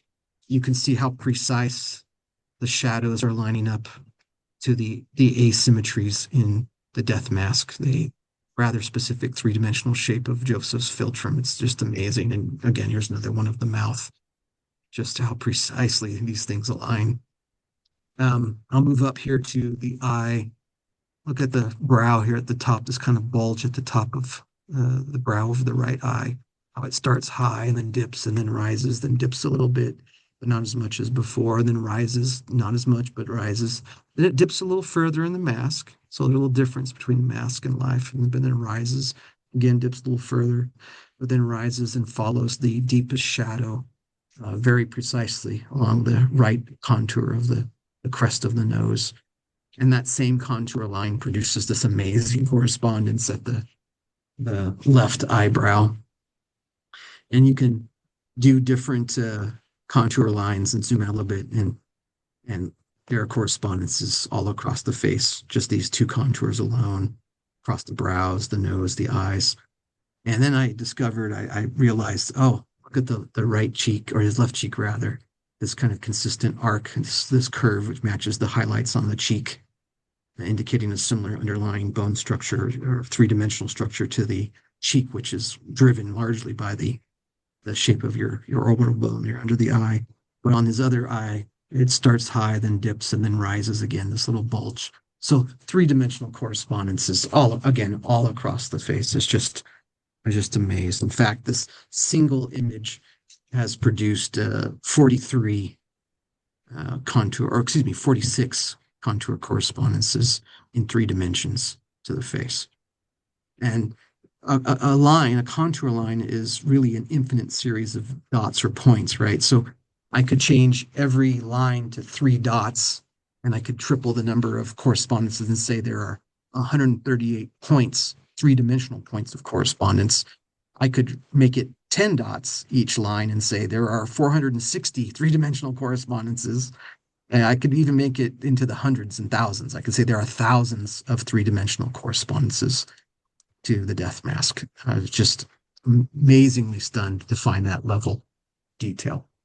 Now, let me address. This is pretty technical stuff. Oh, yeah, it is. Wow. It's just amazing. Let me address some criticisms I've received both in private and in public, and that is that somehow I'm biased in my decision and I'm only looking for correspondences and I'm not looking at differences. And that couldn't be further from the truth. Just because I'm going and showing the high degree of correspondence doesn't mean I'm not also aware of the criticisms and in particular the differences between the death mask and the daguerreotype. So I'm going to, for the first time publicly, show you every single one of the differences.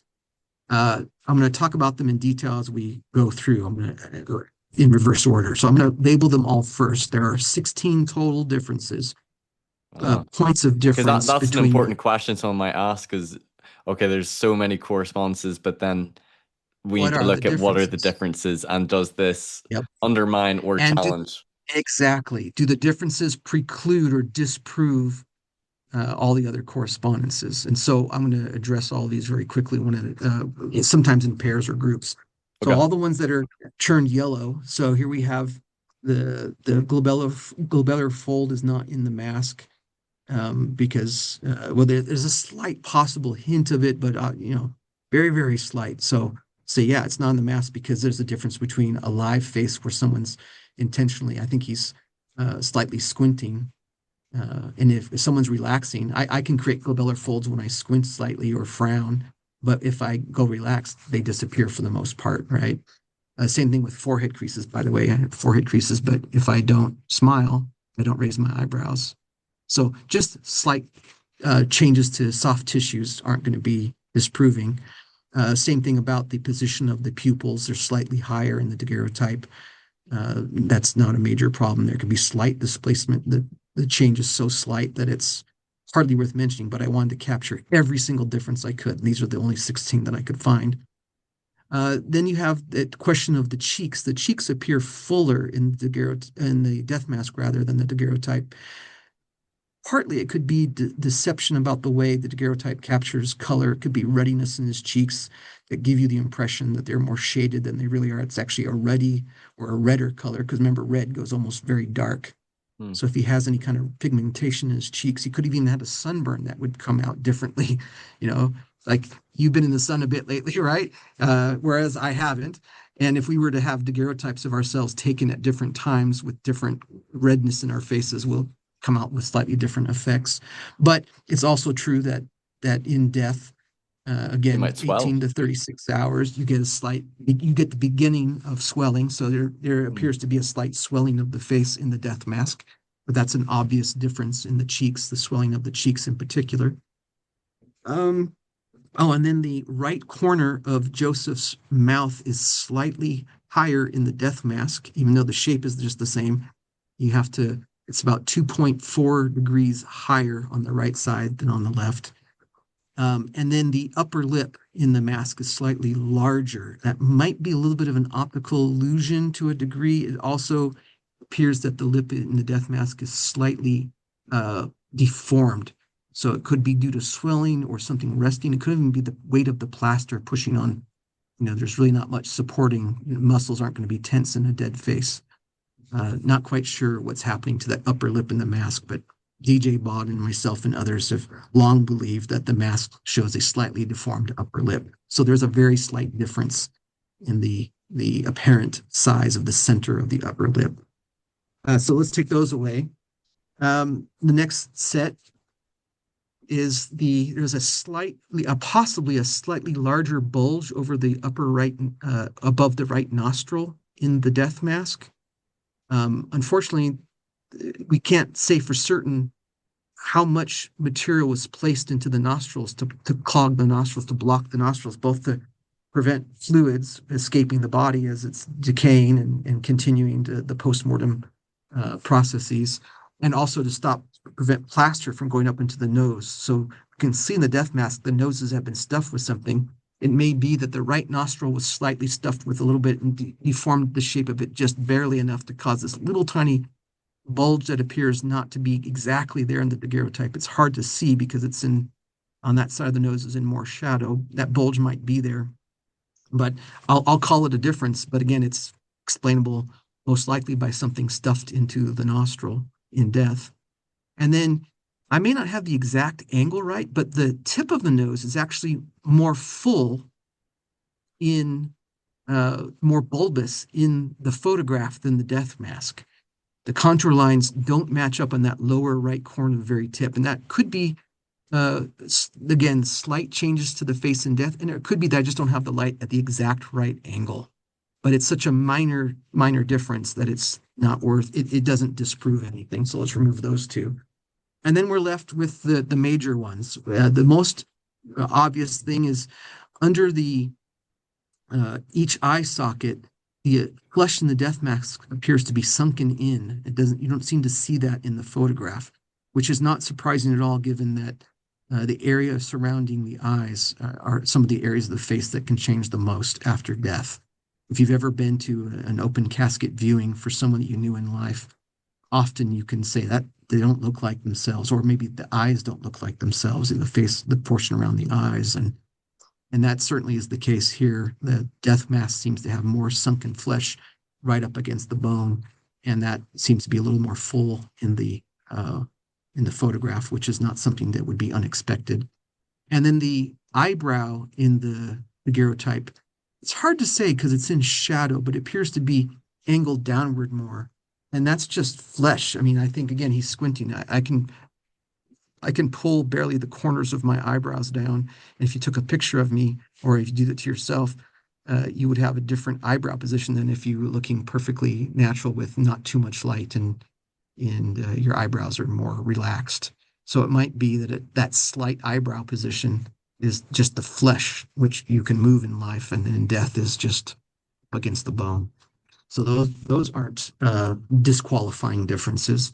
And then all that's left is the thing that we talked about earlier, is that there's extra flesh in the daguerreotype at the inner corners of the eye socket, or the sides of the nasal root or the glabella, and the eyelids in the mask are lower and displaced outward, and those things seem to be related. That extra loose flesh, again, being pushed in death, or in the death mask making process, causing the eyelids to be displaced outward. This is a detail I didn't mention earlier, but the eyelids are not stretched. You and we can grab our eyelids and pull them, and they look stretched, but you can move your eyelids further out. These look bunched up. When you look at the mask carefully, they're not stretched. They're like, it looks like bunched up flesh. Where does that extra flesh come from? It appears to come directly from the flesh in around the other side of the eye socket. So there's a little bit of slippage of skin or displacement of the skin over the eyes. And so, Stephen, that leaves us with 0 unexplainable differences between the death mask and the daguerreotype. So to me, this is absolutely overwhelming evidence, and it's amazing to be able to say, but this compels me to conclude this absolutely 100% is a photograph of the prophet Joseph Smith. The evidence I've found, I can't, it forces me to that conclusion. Mm. If I was 60% certain, I would tell people 60%. If I was 80%, I'd say there's an 80% chance. This to me, I cannot explain the minutest little contours of ridges of nose and eyes, and the asymmetries in the eyeballs and the lips and the philtrum, and we didn't talk about temporal ridges in the forehead, and even the asymmetries of the chin that I talked about. The death mask alone now, with that 3D model of the mask, is more than sufficient evidence on its own to show that this is a photograph of the prophet Joseph Smith. I'm still at times stunned that I can say that out loud. It's just, wow. 178 years after he's killed, his picture comes out publicly. You know, Dan found it in 2020. They study it quietly for 2 years. In 2022, it's announced to the world. And there is so much evidence that this actually is a photograph of Joseph Smith. I still can hardly believe it, even though I like, if Steve, if you had done this research and published it to the world, and I read your report and saw your interviews, I'd be like, let me double check. That's the kind of guy I am when it comes to Joseph Smith, right? I'd be like, I'm going to do my own analysis and see if he's right. And I know I'd find the exact same results because these are replicable. I can give you all the angles of lights. I can give you all the rotations of the mask relative to the camera. I can give you the distance of the camera and give you the lens of the camera. Anyone in the world using 3D software and Photoshop can find these same results, come up with the exact same results. Wow. And so here's a little fun thing to do at the end. Given all the data we have, the 3D model of the mask, the daguerreotype, the evidence that this really is Joseph, the written descriptions, and the hair, the locks of his hair that we have, you can do a little AI and a lot of handwork magic to imagine what it'd be like to see Joseph in life.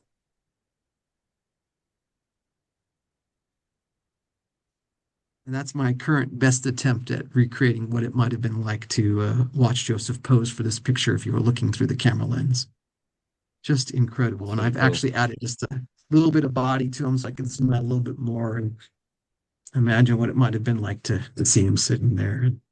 And that's my current best guess at what the prophet Joseph Smith might look like. I might be wrong a little bit on skin tone and eye color, and the hair might be slightly off, might be a little more golden. It's hard to say for sure.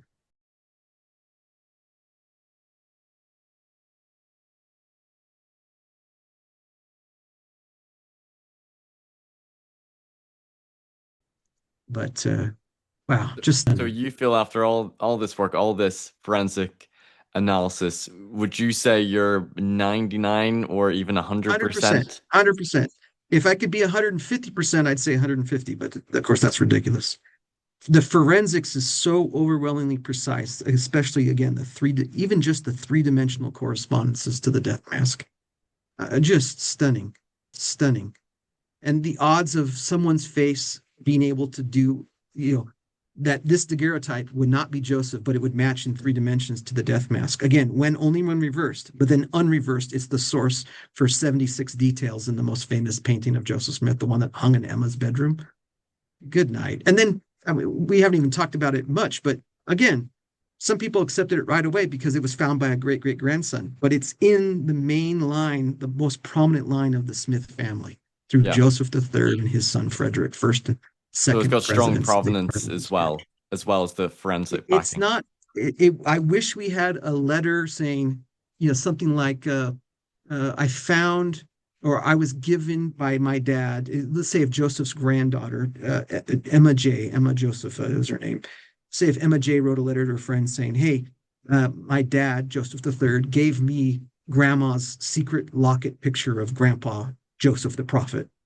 Well, that would be amazing, right? That would be utterly amazing. It still wouldn't prove that this locket that she's mentioning is the Larsen daguerreotype. It would be strong evidence that it could be. Mm. But imagine if we had no death mask and no artwork, we just had that letter. You would say, "Wow, there was a secret picture. That's amazing. And here's a locket in the family. Maybe it's him, maybe not." And then, in the absence of that type of documentation, let's say the other way around. Let's say we have the painting, we have the death mask, and we have that letter. Well, now we have documentation that would strongly corroborate the the obvious conclusion of the forensic evidence, but we don't have that obvious documentation. But that gives me no pause whatsoever. The strength of the forensic evidence on its own is so overwhelmingly clear to me that I'm again compelled to come to that conclusion. Zero doubt Well, the from evidence a seems forensic pretty standpoint. compelling to me. I think you've made a really strong case. Almost seems like case closed. And if somebody's going to try to debunk or invalidate this, they're going to have to do more work than what you've done, which I don't know if anyone would be up to that task to. If there's a flaw in the methodologies I've used or in my execution of those methodologies, I'm very fascinated to hear any criticism about it. I take every criticism, even some of the more ridiculous ones. I consider them all because uh, everything I've discovered has been in response to a claim either for or against this picture being Joseph. That really is true. Like I would not have found it. Like if I come across this, at a thrift store or a daguerreotype antique dealer or something, I would not. My first not thought would not have been, "Oh, that's the prophet Joseph Smith." Maybe that wouldn't have been my thought. You know. But luckily, Dan Larsen, when he saw that, the instant he saw that face, that was his first thought. I think this is my great great grandfather Joseph Smith. And boy, well, I can't believe he was so right. I mean, I'm again stunned by how much evidence there is, forensic evidence that this really is a photograph of Joseph. And the fact that you've And had three forensic experts that have validated and supported, I think two of them you said were, together in the one paper, yep, that further supports and I think causes us to maybe yeah. trust the reliability of your work and analysis and your And methodology as well. That you're not I just want to some submit weird it. amateur going rogue here That's that right. That's right. I want to submit it to as many experts as want to. I mean, if I could sit down with Caroline Wilkinson for 5 hours, I'd show her every detail and say, "Show me what I got wrong," or "Tell me what this implies or doesn't imply." Replicate it. I'd go to. I wish. I'm a crazy kind of person, right? I took over 700 photographs, moving the death mask on my rig 1 degree at a time, right? I would take this to any number of that is mental. experts. Who would do that? Like there's no other Exactly, amateur exactly. person like you who would be this obsessed and do I this have much to I have to analysis. tell you something funny. I won't say his name, but I met an artist recently, just we happened to be in the same location, and I was displaying some of my work, and he sat down and he started getting ready to display. He's like, let me stop you right there. He says, I'm a sculptor. I'm like, oh yes, I love talking to sculptors because they understand anatomy in three-dimensional form, and this is going to be great, I thought. And he says, and I've created 5 busts of Joseph in my life, and I can tell you what I find wrong with this picture, or I don't like, or he said something like that. What concerns me about this picture. And he started naming details like the size of the eyes and the prominence of the nose. And so I said, well, I've had that same thought. And I started going through the evidence. And then he says, because the painting, I said, oh, let me show you the painting. And we started talking about the painting. And as soon as I got to just that first graphic of the overlay of the shape of the eye compared to the left side of the painting and the left side of the unreversed daguerreotype plate, he said, let me stop you there. And I thought, oh, here it comes. He's going to totally just say you're crazy. And then the next sentence out of his mouth really surprised me. He says, this is very compelling.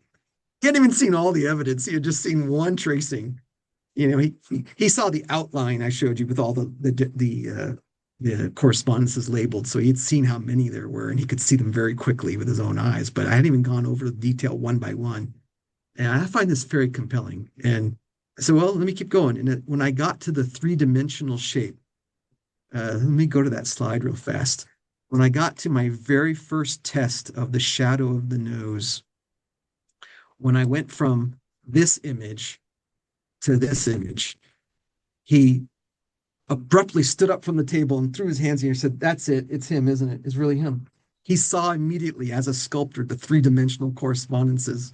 And I was like, yeah, but sit, watch, there's more. And I kept going slide after slide and showed him more than what I've shown you. And he was just stunned. He's very kind. He just messaged me earlier, I think yesterday, and said, I'm still surprised to find someone more crazy about Joseph Smith than me, is what he told me. I was like, yeah, it takes a crazy person to want to go to this level of effort to test something that, what does it matter? My mom can be very blunt and funny sometimes. Back in 2008, I called her. I was so excited about the skulls and masks and what I was finding. She just said, Curtis, what does it matter? I was like, well, you're right. On one level, it absolutely doesn't matter to us today exactly. It's more of we're fascinated by faces. Like we're pre-programmed, I believe, from the premortal life. Babies like to lock onto faces, and there's something magical about the interaction between a mother and a baby and a father and a baby as they stare at each other, and you just pay so much attention. There's so much looking at faces. And we do that with our loved ones, whether it's siblings or spouses or friends, coworkers. We know their faces so well that sometimes you can spot someone off in the distance just based off the way the light is hitting their face and the shape of their eye socket and their nose and so forth. And you can say, oh, that's my brother, or that's my husband, or that's my sister, or that's my mom, or that person looks a lot like, sometimes they get closer, you're like, oh, that's not them. But we're attuned to study faces. We're even told seek the face of God. Mm. Like literally, we're told that one day we will see the face of God. We'll see the face of the Savior, and of course, we'll see the face of Joseph Smith. Either in the spirit world or resurrected, and we'll all realize that we knew each other by face and by name and by spirit. Long before we came here, and that will all happen to us again. But I'm still just stunned that somehow this picture exists and the Lord has, seen fit to make sure it was preserved to come forth in our day. It's just amazing. Well, I guess somebody has to do this groundbreaking research and all this work and analysis, and that just happened to be you. And it sounds like this is not just an intellectual endeavor, curiosity, but maybe also some spiritual drives behind it as well. This has been really thorough. I think this has been a great presentation.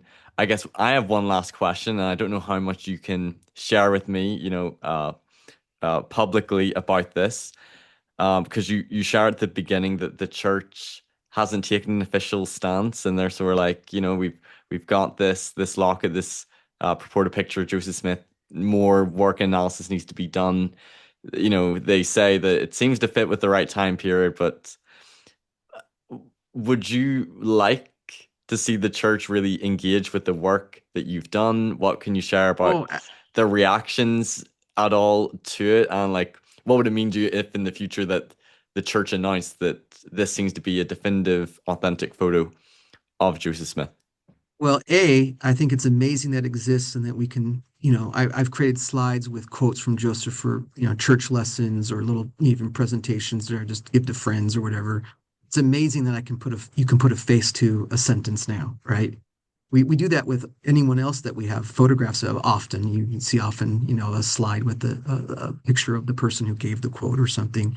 Right. To me, to be able to see the face of the prophet and to associate it with the things that we know about his life, the things that he taught, the things that he did, the things that he claimed, that's just amazing, especially to me as a believer. Um, but it's also just a purely fascinating historical detail. Here's someone who's prominent in American history and even world religious history. The first U.S. presidential candidate to be assassinated, for instance. He's a prominent figure, and we know and believe that his prominence will only grow as we get closer and closer to the millennium, and then through the millennium, when we know who Joseph is, he truly a prophet of the Lord. And it's just amazing that this picture even exists. That the technology existed in his day, and then he was photographed. It's just amazing. Um, I will say that individually, I've shown it to a lot of people I know in the church history department, people I've met over the years doing this research, and because of my association with Andrew Ehat. And a great many of them, I can tell the emotional impact. I can see the belief and the realization in their eyes that, some people have been getting a little teary-eyed at times, seeing that, oh my gosh, this is the face of Joseph. Others have been less convinced, which is fine. No one needs. I don't exist to prove this to people. I want to share the evidence with as many people as possible. Let the chips fall where they may. People are still going to believe one thing or another. We're kind of crazy creatures. I've been finding as faced with something as rigorous and as forensically sound as this evidence. You have people who refuse to believe it, and that's fine. And most people haven't seen the evidence and may never in this life. That's fine too. But my goal and my wish would be that anybody who has a chance to see this evidence can come to their own conclusion and rejoice to say, oh my gosh, we have a picture of the prophet Joseph Smith, and isn't that whatever impact that has? Like some people, they're completely nonplussed by it. It's like, so what? It's like, well, do you listen to General Conference only, or do you like to watch General Conference? Do you like to see the speaker speak, or do you want to just hear their voice? Or do you hate hearing their voice too, and you want to just read their words? Because for Joseph, all we've ever had is just the chance to read his words, at least in mortality, right? Those who lived in his day could see his face and feel his personality and his spirit. And we luckily have a lot of accounts by people talking about what it was like to listen to Joseph speak, when to see him filled with the Spirit of the Lord and things like that. Beautiful stories. Um, this gets us one step closer to imagining what it'd be like to have lived in Joseph's day and to sit there in the audience and listen to him. It's like, what is that value to you? To me, it's just, I'm still stunned, Steve. I look at this picture, not every single day of my life, but and think about it, not quite every single day. I have life and regular things I have to worry about and do, but sometimes I just catch myself and go, oh my gosh, we have a picture of the prophet Joseph Smith. How my kids are used to it by now. And I early on, I kept saying over and over again, I can't believe you're going to grow up knowing what Joseph Smith looked like. That's crazy. To us, it was all just artwork and death masks. Yeah, yeah. Now we can actually look at a photograph. It's just incredible. Well, this has been wonderful. I really appreciate all the work. I'm almost mind blown and amazed how much work and forensic analysis you've done into this. And I think the evidence seems very, very compelling for this. And I think we need to spread the word because I think the hype is sort of gone from the Joe Smith photo from, 3 years ago when this was all released. And I would love to see the church really examine and embrace all the work you've done. And even if you were to share some of your newer findings and get more forensic corroboration, that like from what some of the experts have said, they're like, this is beyond what they would need to satisfy to Yeah. authenticate something. And so really I think it would be really cool if we had this photo of Joseph Smith showing up in general conference or in Come Follow Me or whatever it might be. And I'm sure it'd be a huge validation as well for you, really gratifying for you in light of all the work that you've done. So You know, hopefully one day. I never did this research in order to become known or to make money or to become famous. Like back when I was doing the skulls and masks, I just wanted to know where was Joseph Smith buried, or could we find out where he was buried? And I haven't done any of this work so that people say, do you if Curtis so and so, he's not amazing. It's like I appreciate that and I understand it, but to me, it's all about like the evidence of this is a picture of Joseph Smith. And as someone who is a believer and an active member of the church and a believer in the life and mission and teachings of Joseph Smith as a witness of Christ and a prophet of God, it's a thrill for me to be able to share this with people. I've seen people brought to tears because they love the prophet, and when they see the strength of evidence, they know it, they feel it, and they go, "Oh my gosh!" And they feel like I do, like that's my prophet, that's Joseph.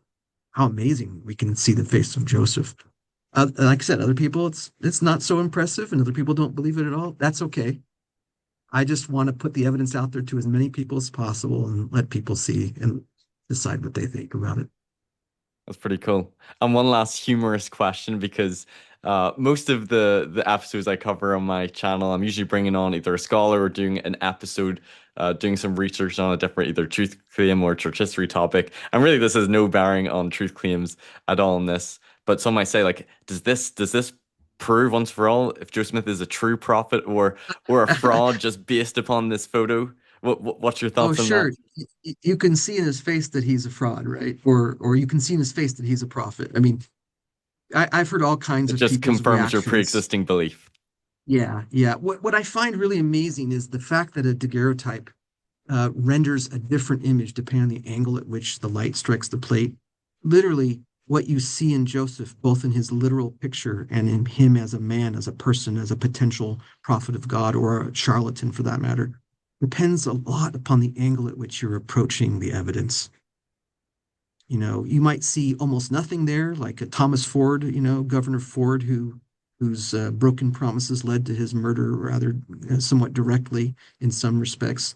Uh, Posthumously wrote this history of Illinois, and he just thought, there falls Joseph Smith, the great imposter. He never had any real talent, or I'm paraphrasing. I don't have the quote right in front of me, but he was not impressed with Joseph at all. And how many people are talking about Thomas Ford besides people who care about Joseph Smith, right? Not many people study the life of Thomas Ford, but millions study, and even more one day will believe and know the life of Joseph Smith. And to me, that's just amazing. And what you see in Joseph does greatly depend on your preconceived notions or the way you interpret the angle at which you approach Joseph, so to speak, in the metaphor of the daguerreotype. It's just amazing. Just amazing. Well, I think this has been an epic interview. We've gone over 3 hours, but I think this has been great to really dive in deep to all the work that you've done, all this analysis. And I just want to say a huge thank you to all the work you've done. I'm glad that we could finally do this episode together, and it'll be exciting to see if there's any additional findings that you find. I'm sure you will, and to see if one day, if the church does sort of release this is an authentic photo of Joseph Smith. But just thank you so much for coming on and all the work that you've done. Well, you're certainly welcome, and I'm great. Again, I'm just grateful for the chance to share this evidence with the world. I don't have anything to sell. People keep asking me, "What are you selling?" Well, I may have a book someday, but I don't Uh, have anything to sell. I'm just that's trying how to you're going to share. get rich and famous. I knew, Yeah, yeah, yeah, yeah. there's ulterior motives. No, no. Yep, yep, Well, yep. that'll be How many awesome. You people have should. how many people have gotten rich off of Joseph Smith? I don't think that many, really. Yeah, not it's not But really working for me. yeah, not working for me either. Well, awesome. Well, good luck with that and future research and projects and a book in the future as well. That'll be exciting. I'll also just say to listeners who've been watching to give this video a like, share this as well. I think we need to spread the word, particularly on all the work you've done as well. This needs more attention because this just seems to have gotten a lot of hype in 2022 and then not much attention to it. So I think we need to share this as well. And don't forget to subscribe to my channel so you don't miss out in future content as well. And you can donate via PayPal or Patreon or GoFundMe as well. And I also want to say a huge thank you to some listeners and some donors who sent in some generous donations during this time whenever I've moved in to my new home and we were going through some financial difficulties, and I've been able to use those donations to upgrade my studio, my mic, my camera, my lighting. So all those things are really appreciated as well. So don't forget to come back to Mormons with the Murph. Take care. Bye-bye. Thanks, Curtis. Thanks everyone for watching this episode. If you've enjoyed it, please give it a like, share it with others who might benefit, and don't forget to subscribe so you don't miss any future content. You can also listen to these episodes on podcast form on Anchor or Spotify, and you can follow me on Facebook, Instagram, and TikTok. Check out my website for more content, personal blog, and more. And if you care to donate to support me, you can via my PayPal or Patreon, or through the website. And you can also give donations via YouTube through Super Chats. Thanks for watching Mormonism with the Murph. Take care. Bye-bye.